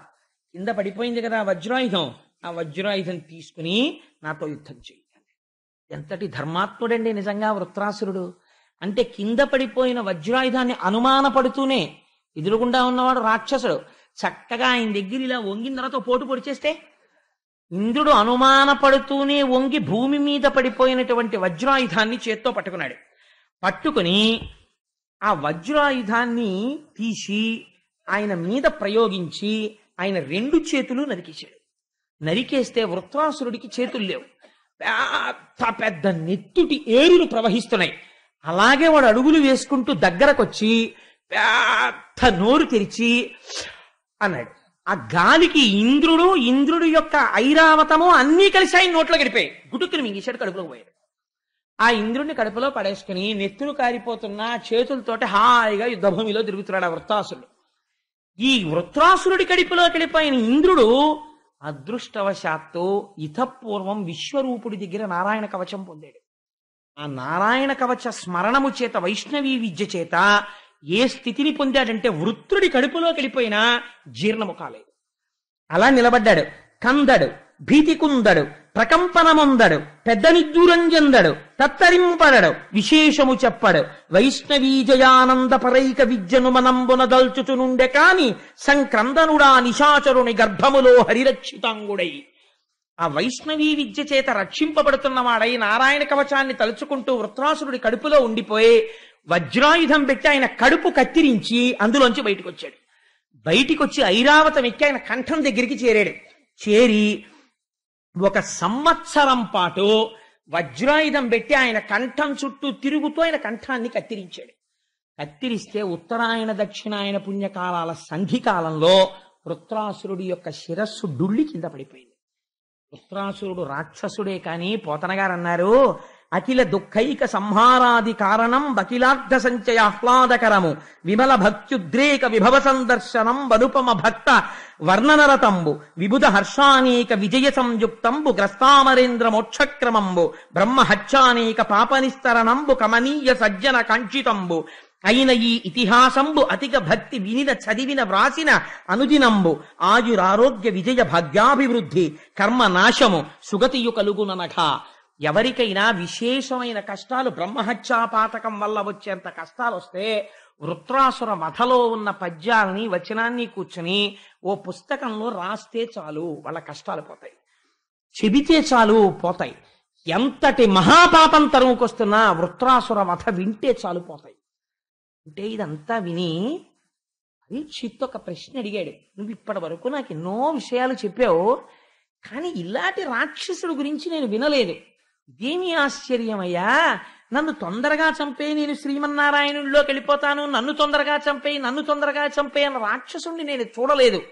ఈ వృత్రాసురుడికి ఇంత మహిత భక్తి ఎలా కలిగింది, ఇంత జ్ఞానం ఎలా కలిగింది నాకు చెప్పు, నా మనస్సు ఆతృత పడిపోతోంది అన్నాడు. అంటే మహానుభావుడు శుకుడు ఆనాడు చెప్పాడు, పూర్వకాలంలో చిత్రకేతు అనబడేటటువంటి ఒక మహారాజు గారు ఉండేవారు. ఆయనకి ఒకరు కాదు, అనేక మంది భార్యలు. ఇంతమంది భార్యలతో కూడినటువంటి చిత్రకేతు ఎంతో సంతోషంగా రాజ్య పరిపాలన చేస్తున్నాడు. కానీ నిరంతరము మనస్సులో ఒక్కటే శోకము. ఏమిటా శోకము అంటే సంతానం లేదు. ఇలా ఉండగా ఒకనాడు ఆయన పెద్ద భార్య పేరు కృతజ్యుతి, శూరసేనమనబడేటటువంటి దేశాన్ని పరిపాలిస్తుండేవాడు. ఒక రోజున అంగిరస మహర్షి వచ్చారు. వస్తే అంగిరస మహర్షిని తీసుకొచ్చాడు, కూర్చోపెట్టాడు, స్వాగతం పలికాడు, అర్ఘ్యపాద్యాదులు ఇచ్చాడు, తాను చేయవలసిన నియమపాలనమంతా చేశాడు. చేస్తే అంగిరస మహర్షి అన్నారు, ఇంతమంది భార్యలున్నారు, ఇంత ఐశ్వర్యం ఉంది, ఇంత సామ్రాజ్యం ఉంది, నువ్వు దేని గురించి బెంగ పెట్టుకున్నావు, నీ ముఖంలో కాంతి లేదు అన్నారు. ఆయన అన్నాడు, మహానుభావ, నా నోరు విప్పి చెప్పుకోవాలా?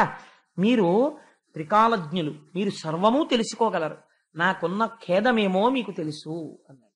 అంగిరస మహర్షి అన్నారు, నాకు అర్థమైంది, నీకు పిల్లలు లేరు, అందుకు కదా బాధపడుతున్నావు, నీ చేత పుత్రకామేష్టి చేయిస్తాను, నీకు బిడ్డలు కలుగుతారన్నారు.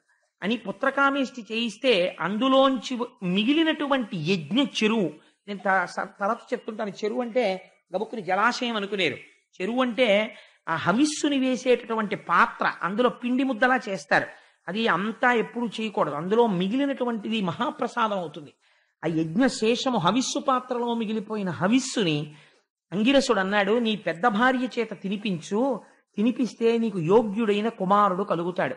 కానీ ఈ ఆఖ్యానములన్నీ ఎందుకింత శక్తివంతములైపోయాయో తెలుసా అండి? గురువుల అనుగ్రహం గురించి మాట్లాడతాయి. ఆయన అన్నాడు, నీకు కొడుకు కలుగుతాడు, వాడి వలన సుఖదుఖములు పొందుతావు. ఎంత గొప్ప ఆశీర్వచనం చేశాడో తెలిసాడు. చూడండి, పోనీ చాలా సంతోషపడిపోతావా అంటే గొడవ వదిలిపోను, చాలా ఏడుస్తావా అన్నా గొడవ వదిలిపోను, అలాగా అనలేదు ఇలాగా అనలేదు, సుఖదుఖములు పొందుతావు అన్నాడు. అంటే రాజు అనుకున్నాడు, పోన్లేదు కొడుకు పుట్టాడు, ఎంత సంతోషం, ఈ మాట అన్నాడు కదా అనుకున్నాడు. వెళ్ళిపోయాడు అంగిరసుడు. ఈ పాత్ర తీసుకెళ్లి, ఆ ప్రసాదం తీసుకెళ్లి పెద్ద భార్య అయినటువంటి కృతజ్యుతికి ఇచ్చాడు. ఆవిడ దాన్ని స్వీకరించింది, గర్భాన్ని ధరించింది, ఒక పిల్లవాడు జన్మించాడు. ఇంకా రాజు పరవశించిపోయాడు. అద్భుతముల బంగారములు దానం చేశాడు. అది ఆశ్చర్యం. పర్వతరాసులంతంత బంగారం దానం చేశాడు, కొడుకు పుట్టాడని. ఎంతో సంతోషంగా ఉంది రాజ్యం అంతా. ఒక రోజు రాత్రి పెద్ద భార్య కుమారుణ్ణి పెట్టుకుని నిద్రపోతోంది. మిగిలిన భార్యలందరికీ కోపం వచ్చింది. అందరికీ పిల్లలు లేరు కాబట్టి అందరితోనూ ఓలాగే ఉన్నాడు. ఇప్పుడు వాడు పుట్టాడు కాబట్టి ప్రతిరోజు కృతజ్యుతి మందిరానికే వెడుతున్నాడు, ఆవిడ్ని ఆదరిస్తున్నాడు.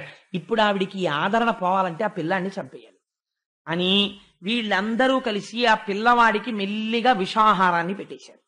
పెట్టేస్తే మరునాడు ఉదయం తెల్లవారి లేచి చూసేసరికి పిల్లవాడు నల్లగా అయిపోయి మరణించాడు. ఆ చూసినటువంటి దాది పెద్ద కేకలు వేసి విరుచుకు పడిపోయింది. వెంటనే అంతఃపురంలో వాళ్ళందరూ వచ్చారు. ఇంకా ప్రభువు యొక్క బాధ ఎలా ఉంటుందో మీరు ఆలోచించండి. ఆ పిల్లవాడి యొక్క పాదముల దగ్గర కూర్చుని నేను ప్రభువునన్న విషయాన్ని కూడా మర్చిపోయి గుండెలు బాదుకుని ఏడుస్తున్నాడు. ఏడుస్తుంటే అంగిరస మహర్షి బ్రహ్మలోకం నుంచి నారదుడితో కలిసి వచ్చారు.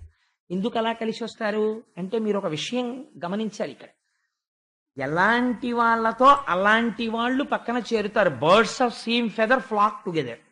అంతేకాని అంగిరస మహర్షి వచ్చేటప్పుడు రావణాసురుడితో కలిసి రారు కదా. ఆయన వచ్చేటప్పుడు ఆయనతో సమానమైన వారితో ఉంటుంది స్నేహం. అందుకని నారద మహర్షితో కలిసి వచ్చారు.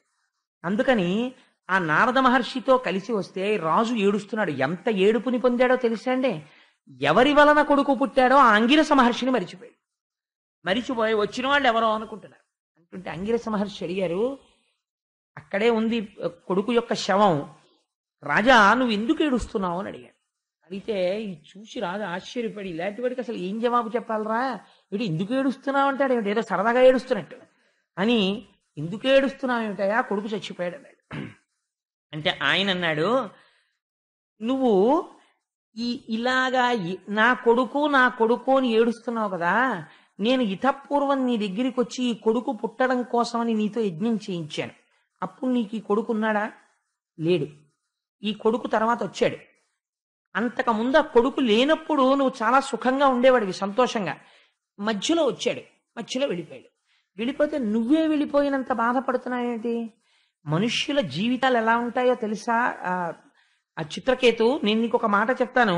నీకు వీడెవ్వడు, నీవెవ్వనికి శోక సంతాపమందెడు సర్వభౌమ, పుత్రమిత్రాదులు పూర్వజన్మంబున ఎవ్వని వారలో ఎరగుగలరే, మొదల నదీవేగమున నాడకాడ కొసికతంబు కూడుచు చెదురుచుండు ఆ రీతి ప్రాణుల కతి కాలగతి చేత పుట్టుట సచ్చుట పసగుచుండు కాన భూతంబులకు కలుగు భూతంబులు మమతతోడ విష్ణు మాయ చేసి దీని కడలనేల ధృతి తోలగానేల బుద్ధి తలపవలదే భూత సృష్టి. నీకొక్క విషయం చెప్తాను. ఈ శరీరాన్ని చూసి అనేకమైన అనుబంధాలని పెట్టుకుంటారు. నా కొడుకనొకరు, నా భర్తనొకరు, నా తండ్రినొకరు, నా అన్ననొకరు, నా తమ్ముడనొకరు, దీనితో అనుబంధం పెట్టుకుంటారు. అసలు దేనితో అనుబంధం పెట్టుకున్నారో అది విష్ణుమాయ. అది ఉండేది కాదు, దాని లోపల ఉన్నది ఎప్పుడూ ఉండేది. ఇది ఒకనాడు వెళ్ళిపోతే ఇది పడిపోతుంది. పడిపోతే దీన్ని పట్టుకుని ఓ ఏడుపు మొదలెడతారు. ఏది సుఖమిచ్చిందని ఇన్నాళ్ళు నువ్వు ఆ శరీరాన్ని పట్టుకు తిరిగావో ఆ శరీరం ఇంతమంది వచ్చి ఏడుస్తుంటే ఏమీ మాట్లాడదు, కన్ను విప్పదు, చూడదు, బాధపడదు. ఇలా నదీ ప్రవాహం జరుగుతున్నప్పుడు ఇసుక రేణువులు ఒకదానితో ఒకటి కలిసి గుట్టగా ఏర్పడి మళ్లీ వరద వచ్చినప్పుడు ఇసుక కొట్టుకుపోతున్నట్టు ఎన్ని కోట్ల జన్మల నుంచి ఈ అజ్ఞానంతో ఇలా ఎన్ని లోకాల్లో ఎంతమంది తల్లిదండ్రులకి ఎక్కడెక్కడ పిల్లలుగా పుట్టారో ఇప్పుడు నీకోసారి వాడు కొడుగ్గా వచ్చాడు. అయినా నువ్వు ఇన్ని మాటలు చెప్తున్నావు కదా రాజా, అసలు ఉండవలసిన అనుబంధం ఈశ్వరుడితో ఒక్కడితోటే. అది లేక నీ కొడుకుతో నువ్వు పిల్లల్లేరన్న భ్రాంతితో ఉండిపోయి జ్ఞానం కలగట్లేదని సుఖదుఖ కారణమైన కొడుకుని నీకు ఇచ్చాను. ఇప్పుడు చూసావా, వాడే సుఖం ఇచ్చాడు, వాడే దుఃఖం ఇచ్చాడు. కారణం ఏమిటి? మాయయందు నీకున్నటువంటి తగులుకునే స్వభావం, దానివల్ల నువ్వు సుఖదుఖములను పొందుతున్నావు అని నారదుడు అన్నాడు. నా కొడుకు పోయాడు, నా కొడుకు పోయాడు అంటున్నావు కదా, నీ కొడుకుని బ్రతికిస్తాను, వరం ఇస్తాను, వాడు అంగీకరిస్తాడేమో నువ్వు చూద్దు కానివి వాడిని మాట్లాడిస్తాను చూడు. మనుష్యులు ఎంత అమాయకంగా కొట్టుకుపోతారో చూపించడానికి నేను నిన్ను అడ్డు పెట్టి లోకమునకు ఒక బోధ చెయ్యదలుచుకున్నాను అని నారదుడు తన తపశ్శక్తితో ఆ వెళ్ళిపోయిన జీవుణ్ణి పిలిచాడు. నువ్వు వెళ్ళిపోవడం చేత నీకు ఈ శరీరమునకు తల్లిని తండ్రిని అనుకున్న వాళ్ళు ఖేదం పొందుతున్నారు. కాబట్టి ఓ జీవుడా, నువ్వు ఈ శరీరమునందు ప్రవేశించి నీవు కోరుకుంటే దీర్ఘాయుర్దాయముతో సింహాసనాన్ని అధిష్ఠించి నీవు కోరుకుంటే మీ తల్లిదండ్రులకు ఆనందమును కలిగించు. నారదుడి మాట అంటే మాటలు కాదు కదండి. వెళ్ళిపోతున్న జీవుడు వెనక్కి వచ్చాడు. వచ్చి మళ్ళీ ఆ శరీరంలోకి ప్రవేశించాడు.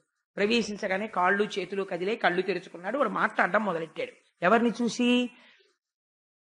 ఈ చనిపోవడం అన్న క్రియ జరగక ఒక గంట ముందు బాబు అని ఇలా అనేటప్పటికీ నాన్నగారండి అని వచ్చి కౌగులించుకున్న పిల్లాడు ఇప్పుడు తండ్రి వంక ఇలా చూసి భ్రుకుటి ముడివేసి అన్నాడు, కర్మవశమున యందు సుఖంబు లేక దేవ తిర్యకు యోనుల తిరుగు నాకు వెలయ ఏ జన్మముందునో వీరు తల్లిదండ్రులైన వారు చెప్పవే నాకు తాపసేంద్ర.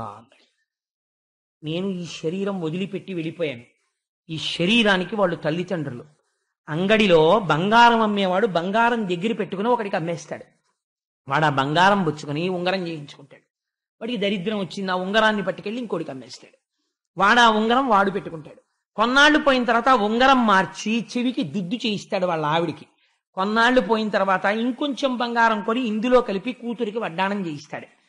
ఈ బంగారం ఎంతమందిగా మారింది.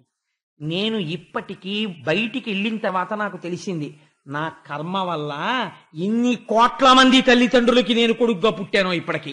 వాళ్ళల్లో వీడోడు తాపసి. నన్ను వచ్చి తల్లిదండ్రుల్ని సుఖపెట్టమన్నావు కదా, ఎంతమంది తల్లిదండ్రుల్ని ఇలా వెనక్కెడుతూ నేను సుఖపెట్టాను చెప్పు నాకన్నాడు. ఈ మాట విని చిత్రకేతు వెనక్కి పడిపోయాడు. అవ్వా అవ్వా అవ్వా, నా కొడుకు నా కొడుకు అనుకున్నాను, ఇదా వీడు మాట్లాడమని. బాంధవ జ్ఞాతి సుతులను పగతురాత్మ పరుల దాసీన మధ్యస్థ వర్గములను సరవి కనుచుందు ఒక్కొక్క జన్మమునను ఎరయ ప్రాణికి ఒకవావి నిజము కలదే. ఎంత గొప్ప మాట అడిగాడో చూడండి. ఎంత దిక్కుమాలిన అనుబంధాలంటే, ఈ శరీరంతో ఉన్నప్పుడు దీనికి చాలా మందితో అనుబంధం. ఇది ఒకరికి భర్త, ఇది ఒకరికి తండ్రి, ఇది ఒకరికి కొడుకు, ఇది ఒకరికి అన్న, ఇది ఒకరికి తమ్ముడు, ఇది ఒకరికి గురువు. ఇన్ని అనుబంధాలు దీనికి. ఇది వదిలిపెట్టేగానే చిత్రం ఏమిటంటే వదిలింది ఒకటే, ఇన్ని ఎగిరిపోయాయి. నేను చూశానండి ఒక ఆవిడ్ని, ఇంకొక గంటలో చచ్చిపోతుందనగా కూతురుతో మాట్లాడాలని బెంగ పెట్టుకుపోయింది ఆవిడ. ఫోన్ చేసి ఒక్కసారి దాన్ని పిలిపించండి రా, నేను వెళ్ళిపోతున్నాను రా, నాకు తెలిసిపోతోందండి ఆవిడ. ఫోన్ చేస్తే హైదరాబాద్ నుంచి ఆ కూతురంది, నా కూతురికి జ్వరంగా ఉంది, నేను ఇప్పుడు రావడం కుదరదు, అమ్మ అలాగే అంటుంటుంది అంది ఆవిడ. అని అన్న గంటకి ఆ కూతుర్నే తలుచుకుని తలుచుకుని తలుచుకుని దాన్ని చూడాలనుందంటూ కొంతసేపు అయిపోయిన తర్వాత టెలిఫోన్లో ఈ మాటని కొడుకు మార్చి నచ్చ చెప్పాడమ్మా, దాని కూతురికి బాగోలేదుటమ్మా, అలా నువ్వు దాన్ని ఇబ్బంది పెట్టేస్తే ఎలాగా, వస్తుందిలేమ్మా 2 రోజుల్లో వచ్చేస్తానంది, ఇవాళ కాదు కానీ రేపు గౌతమి ఎక్కేస్తానందమ్మా అని అబద్ధం చెప్పాడు. అది వచ్చే వరకు ఉంటాన్రా అని బెంగెట్టుకుని ఏం తెలిసిపోయిందో ఏడిచి కళ్ళమ్మ నీళ్ళెట్టుకుని తుడుచుకుని వెధవ పిల్లల్ని కన్నాను, ఎందుకురా చచ్చిపోయే ముందు చూద్దామంటే రాలేదురా అంది ఆవిడ. అని 1 గంట పోయిన తర్వాత ఆవిడ పోయింది. చనిపోతే నా కూతురికి జ్వరంగా ఉందన్నటువంటి కూతురు టాక్సీ చేయించుకుని వచ్చింది హైదరాబాద్ నుంచి. వస్తే ఈ తల్లి పడుకునుంది ఐస్ గడ్డ మీద.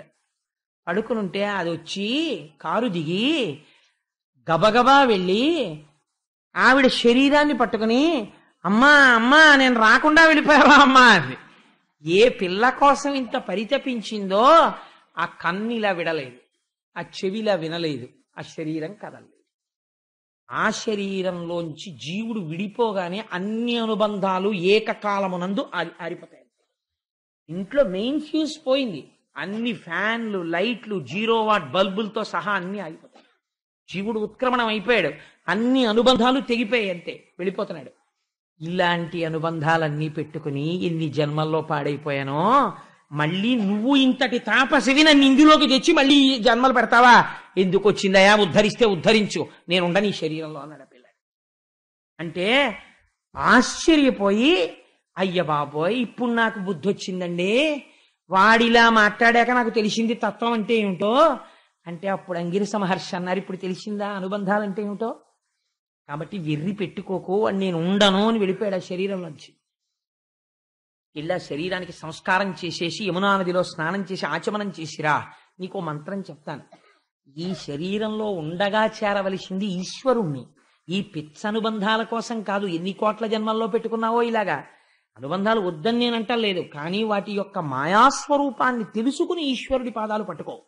అందుకని చేతికి నూనె రాసుకుని పనసకాయ కొట్టు, ఇబ్బంది ఉండదు, అంటుకోదు. చేతి నూనె రాసుకోకుండా పనసకాయ కొడితే జిగురు చేతికి అంటుకుంటుంది. అందుకని జ్ఞానంతో ఉండి వైరాగ్యంతో ఉండి సంసారంలో ఉండు, ఏమీ సమస్య ఉండదు. అందుచేత నేను నీకు ఉపదేశం చేస్తాను. నీకు ఈ ఉపదేశం చేత నువ్వు 7 రాత్రులు ఈ మంత్రం జపిస్తే నీకు సంకర్షణ దర్శనం అవుతుందన్నారు. సంకర్షణుడు అంటే సాక్షాత్ బలరామావతారంగా వచ్చిన అనంతుడు, ఆదిశేషుడు. శ్రీమన్నారాయణ మూర్తి పాదములు పెట్టుకునేటటువంటి పాదపీఠి కింద ఉంటాడు ఆయన, పడగలు చుట్టుకుని. ఆ ఆదిశేషుడి దర్శనం అవుతుంది. నా మాట నమ్మావు, సుఖ దుఃఖములు ఇచ్చే కొడుకు పుట్టాడు. నా మాట నమ్మావు, జీవుల యొక్క తత్వం ఏమిటో నిరూపించి చూపించాను. నా మాట నమ్ము, ఈశ్వరుణ్ణి చేరుకుంటావు. 7 రాత్రులు 7 పగళ్ళు జపం చెయ్యి. ఎవరైనా చేయవలసింది 7 రాత్రులు 7 పగళ్ళే. అంటే ఆయన నమ్మి చిత్రకేతువు 7 రాత్రులు 7 పగళ్ళు జపం చేశాడు. జపం చేస్తే ఆయనకి ఆ శ్రీమన్నారాయణుడు పాదం పెట్టుకునేటటువంటి పాదపీఠి అయినటువంటి ఆదిశేషుడు దర్శనమిచ్చాడు. ఎంత అదృష్టమో చూడండి. బహుశా నాకు తెలిసి ఆదిశేషుడి మీద శ్లోకాలు పద్యాలు చాలా తక్కువగా ఉంటాయి. ఆ పద్యం చదువుకున్నా, పద్యం విన్నా అది విశేష ఫలితాన్ని ఇస్తుంది, సంతానాన్ని కాపాడుతుంది ఆ పద్యం.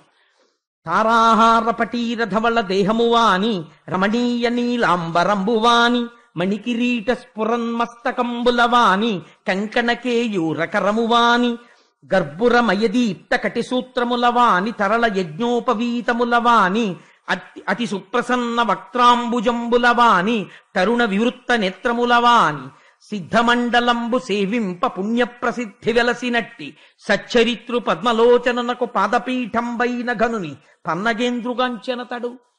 సాధారణంగా ఆదిశేషుడు అంటే ఏదో బుసలు కొడుతూ ఉంటాడనుకుంటారు. ఆయన దర్శనం ఇచ్చినప్పుడు ఎలా ఇచ్చాడో తెలుసా అండి?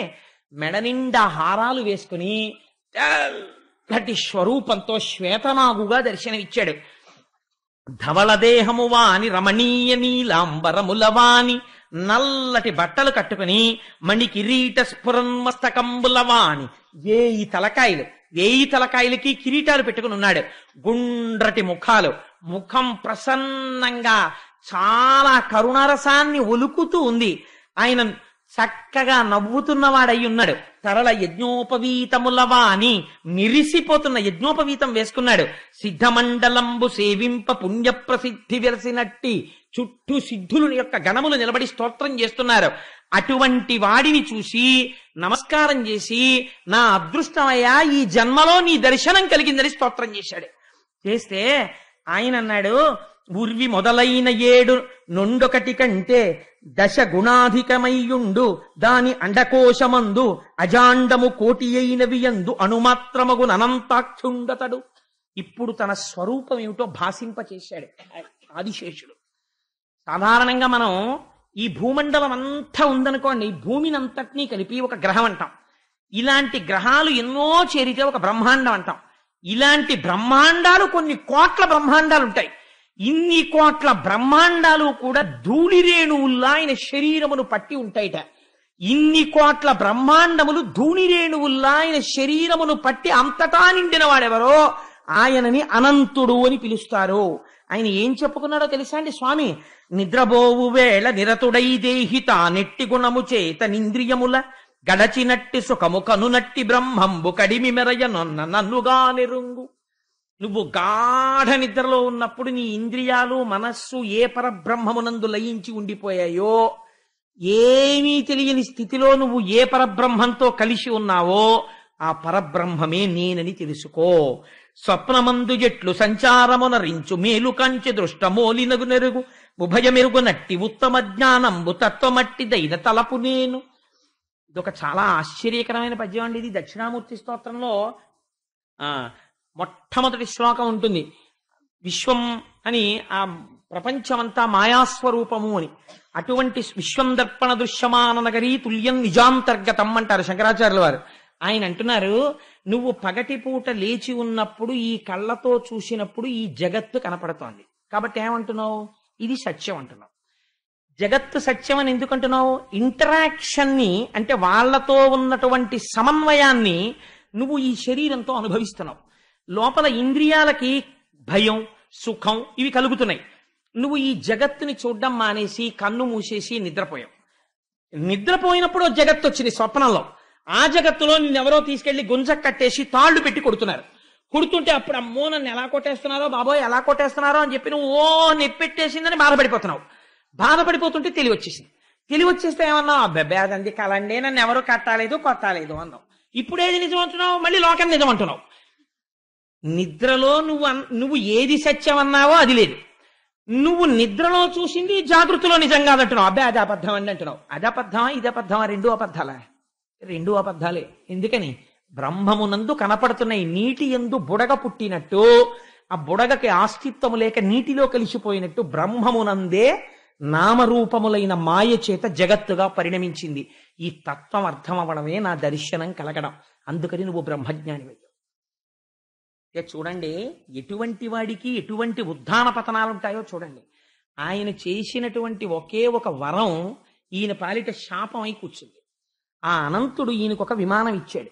ఇచ్చి నువ్వు ఈ విమానంలో ఎక్కడికైనా విహరించన్నాడు.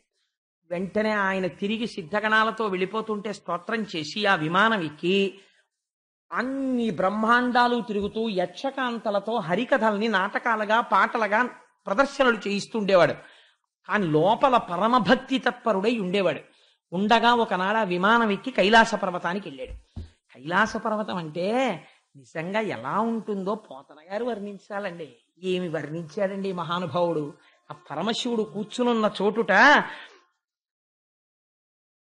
తన నిజ రూపమింతయునుంకి తెలియక వాదంబుచే సెడివేదరవము కరుణావలోక నాకాంక్షితులయ్యున్న బ్రహ్మాది సనక ప్రణుతిరవము సార శివానంద సల్లాపములు నొప్ప ప్రమద గణాలి యార్భటరవంబు అమరు మృదంగాది ఢమఢమధ్వనితోడి వటు భృంగినాట్య విస్ఫారరవము మానుగా చామరులు వీచు మాతృకాది కామినీ జనమహిత కంకణ రవంబు మిండు చలగంగ కన్నుల పండువయ్యే కొండ రాచూలి పెనిమిటి నిండు కొల్వు. పరమశివుడు అనరు, కొండ రాచూలి పెనిమిటి నిండు కొల్వు. ఆ పార్వతీదేవి యొక్క పతి అయినటువంటి పరమశివుడు ఇలా కూర్చునుంటేట సభలో 4 వేదాలు పురుష రూపాన్ని పొంది వాదించుకుంటున్నాయిట. పరబ్రహ్మతత్వం అంటే ఇలా ఉంటుందంటున్నారు కదా, ఇదే కదా అంటే కాదు ఇలా అని వేదాలు వాదించుకుంటున్నాయి అర్థం చేసుకోలేక. చతుర్ముఖ బ్రహ్మగారు సనక సనందాది మహర్షులు అంజలి ఘటించి పరమశివాని అనుగ్రహం మా యందు ప్రసరించి జ్ఞానం ఇమ్మమని అడుగుతున్నారట. ఇట్లా పార్వతీ పరమేశ్వరుల్ని చూసి ప్రొంగిపోయిన హృదయంతో భృంగి నాట్యం చేస్తున్నట్ట. భృంగిచ్చా నటనోత్కట కరిమదగ్రాహీ స్ఫురన్మాధవ లాదోనాదగితో మహాసితవపు పంచేషు బాణాతృత సత్పక్షస్సు మనోవనేషు నపున సాక్షాన్ మదీయే మనోరాజీవే భ్రమరాధిపో విహరతాం శ్రీశైలవాసీ విభు అంటారు శంకర భగవత్పాదులు శివానందలహరిలో. అలా భృంగి నాట్యం చేస్తున్నాడు. సప్త మాతృకలు పార్వతీ పరమేశ్వరుల పక్కన నిలబడి వింజామరలు వీస్తుంటే వాళ్ళ చేతులకున్న కంకణముల ధ్వని వినపడుతోంది. అంత పరమ పవిత్రమైనటువంటి సభలోకి ఈ చిత్రకేతువు తన విమానంలోంచి కిందికి దిగాడు. పార్వతీదేవిని ఎడమతొడ మీద కూర్చోపెట్టుకుని చేతితో గాఢాలింగనం చేసుకుని ఉన్నాడు పరమశివుడు. ఇది చూసి అమ్మవారు వినేటట్టుగా పెద్ద ధ్వనితో పక పక పక పక నవ్వాడు. నవ్వేసరికి ఆశ్చర్యపోయి అందరూ ఒక్కసారి అటు తిరిగి చూశారు. మహానుభావుడు ధౌమ్యుడు విరాట పర్వంలో చెప్తాడు, సాధారణంగా ఉద్యోగికి అధికారికి నిష్కారణంగా దెబ్బలాట ఎందుకు వస్తుందో తెలుసా? ఆవులింత తొమ్ము హాసంబు, రాజుగారు ఎదురుగుండా కూర్చుని ఆవలించడం, అధికారి ఎదురుగుండా కూర్చుని ఓహ్ తుమ్ముతూ ఉండడం, అధికారి ఎదురుగుండా కూర్చుని హాసంబు వెర్రినవ్వు నవ్వుతూ ఉండడం, దీనివల్ల అధికారులకు రాజులకు కోపం వస్తుంది.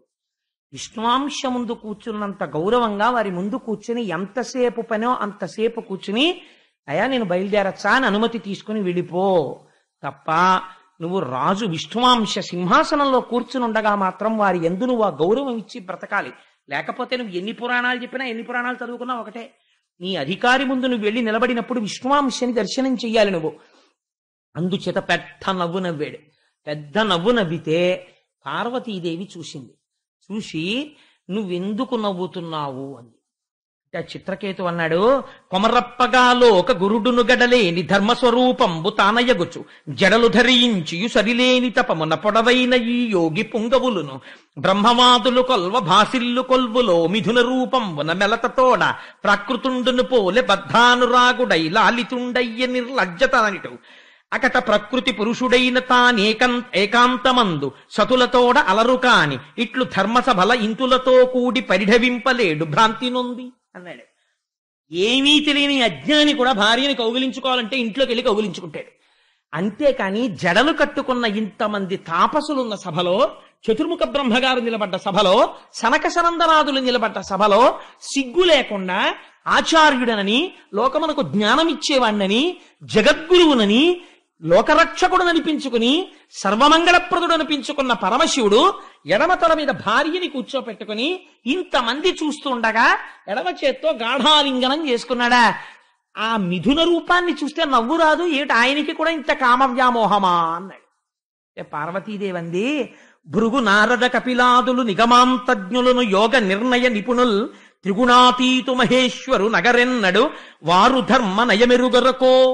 ఏమిరా ధూర్తుడా, కపిలుడు, భృగువు, నారదుడు, కపిల మహర్షి, చతుర్ముఖ బ్రహ్మ, సనక సనందనాదులు ఇటువంటి వారిలా నమస్కరిస్తూ నిలబడతారు. ఎవరి పాదముల కంటుకున్నటువంటి ధూళి మస్తకం మీద పడితే జ్ఞానము కటాక్షింపబడుతుందని కోరుకుంటారో, ఎవరి పాదము ఇలా కదిలితే మంగళతోరణమై నీ ఇంటికి పట్టుకుంటుందో, ఎవడు అనుగ్రహిస్తే నీ ఇంట శుభకార్యాలు జరుగుతాయో, ఎవడు లోపల ఉండడం వల్ల నువ్వు శివమై 10 మంది చేత నమస్కరింపబడుతున్నావో, ఏ శివము లోపల నుంచి విడితే నువ్వు శవమైపోతావో, ఏ మహానుభావుడు లోకములంతటిని రక్ష చేస్తున్నాడో, ఎవడు తాను మహాత్యాగి అయి జ్ఞానిగా నిలబడ్డాడో, ఎవడు గంగాధరుడో, ఎవడు త్రినేత్రుడో, ఎవడు త్రయంబకుడో, ఎవడు పార్వతీపతియో, ఎవడు స్కందుడికి తండ్రో, ఎవడు సమస్త విఘ్నములను కల్పించగలిగినటువంటి గణములకు అధిపతి అయిన విఘ్నేశ్వరుడికి పితృత్వమును వహించాడో, ప్రమథగణములకు ఆధిపత్యమును పొందాడో, మహాజ్ఞానియో, అటువంటి పరమశివుణ్ణి తోలడానికి నీకున్న గొప్పతనం ఏ పాటిదిరా? మేము ప్రకృతి పురుషులం, నీకేం తెలుసు? కలిసే ఉంటాం. అలా ప్రకృతి పురుష తత్వమును గుర్తెరుగక, తెలియక ప్రకృతిలో పురుషుడు అనుప్రవేశము చేసి ఉండకపోతే ఆ ప్రకృతి అయోమయం అయిపోతుంది. ప్రకృతి లేని పురుషుడు అర్థం కాడు. అందుకని ప్రకృతి పురుష స్వరూపముతో గాఢాలింగనముగా దర్శనమిస్తాం మేము. దాని యోగ సిద్ధి నిరుంగలేక ఒక ప్రాకృతమైన మనుష్యుడు హీనుడు మాట్లాడినట్టు మాట్లాడావు.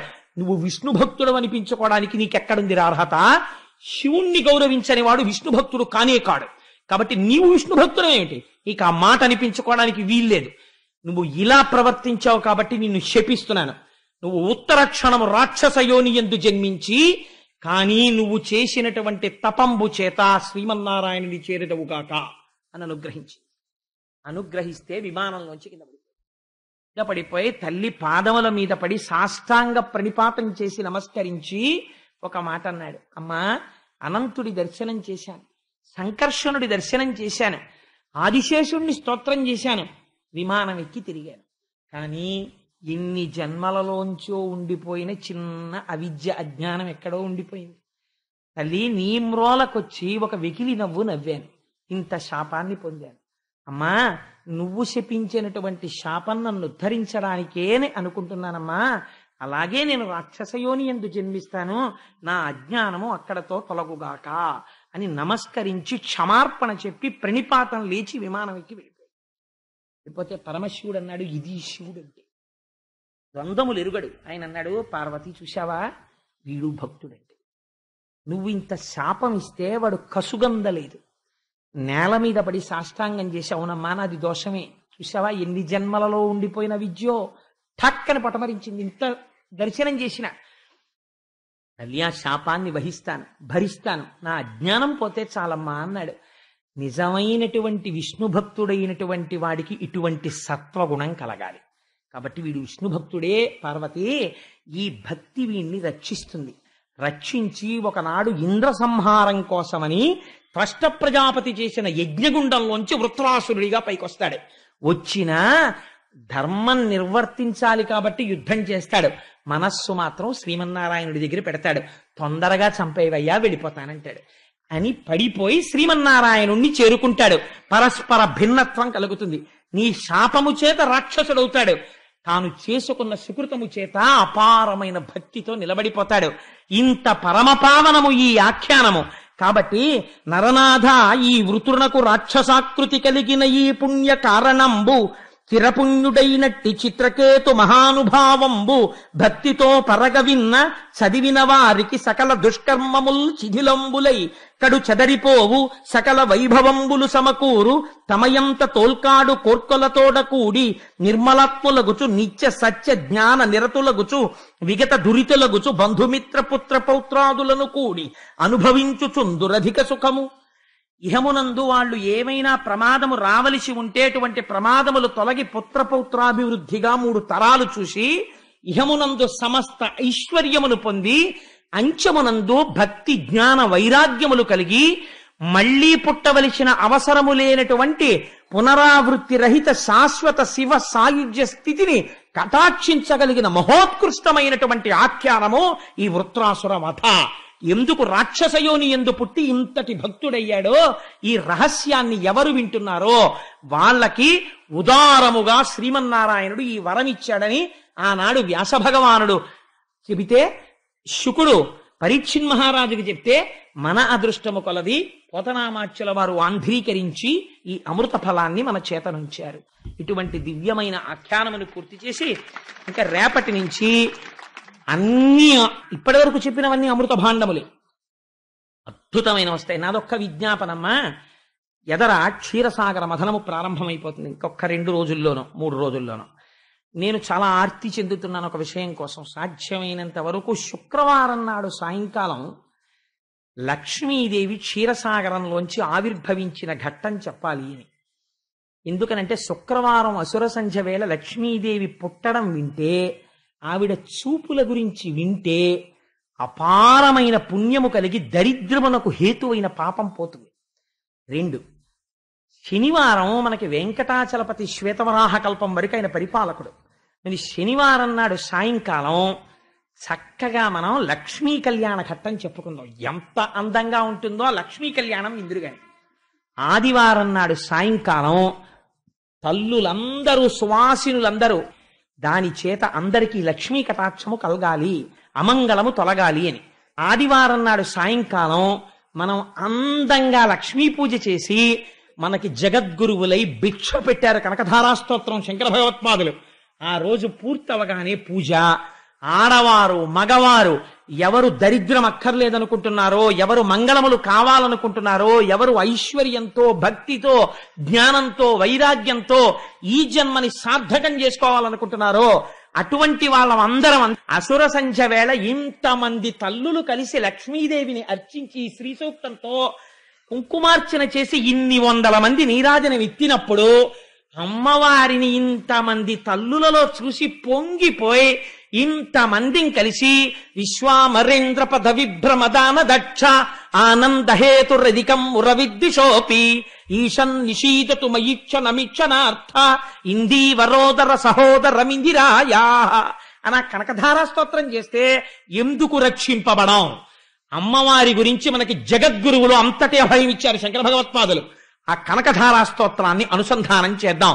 అంతటి మహత్తరమైన రోజులు వచ్చేస్తున్నాయి. ఇంకా రేపు ప్రహ్లాదోపాఖ్యానం వస్తుంది. ఎటువంటి ఆఖ్యానములో ప్రారంభమవుతాయి క్షీరసాగర మథనం అవి. అందుకని సాధ్యమైనంత వరకు శుక్రవారం నాడు తప్పకుండా అందరూ లక్ష్మీదేవి ఆవిర్భావాన్ని, శనివారం నాడు కళ్యాణాన్ని విని అందరం తరిద్దాం.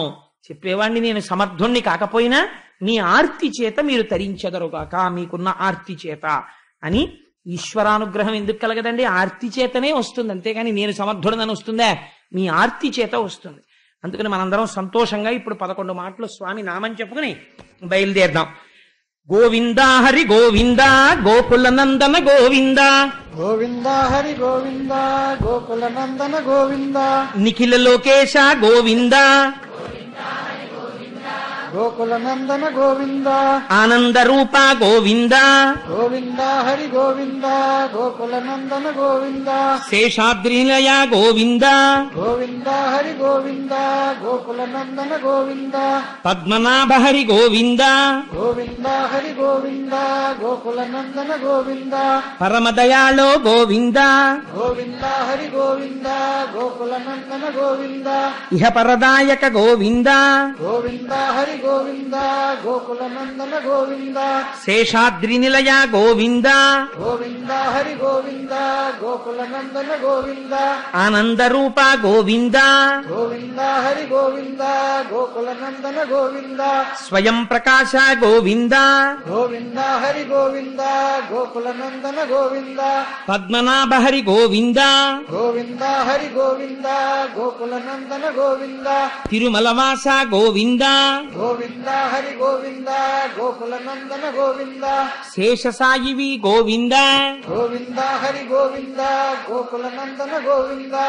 ఇవాళ కథాక్రమంలో నేను ఒక చిన్న అదనపు మలుపు తీసుకున్నాను, మీరు గుర్తించే ఉంటారు. త్రాసురుణ్ణి మరి ఇంద్రుడు సంహరించాడు కదా, బ్రహ్మహత్యాపాతకం ఎలా తప్పుకున్నాడు అప్పుడు. ఇప్పుడు దాన్ని చిత్రకేతోపాఖ్యానాన్ని పక్కన పెడితే ఈ గొలుసు పూర్తవదని ముందు చిత్రకేతోపాఖ్యానాన్ని పూర్తి చేశాను. రేపటి రోజున బ్రహ్మహత్యాపాతకాన్ని ఎలా తప్పుకున్నాడో, ఈశాన్యంలో పూజామందిరం ఎందుకు పెడతామో, ఈశాన్య దిక్కుకి గొప్పతనం ఎందుకు వచ్చిందో అలా మొదలుపెట్టి రేపటి రోజున ప్రహ్లాదోపాఖ్యానంలోకి వెళ్తాను.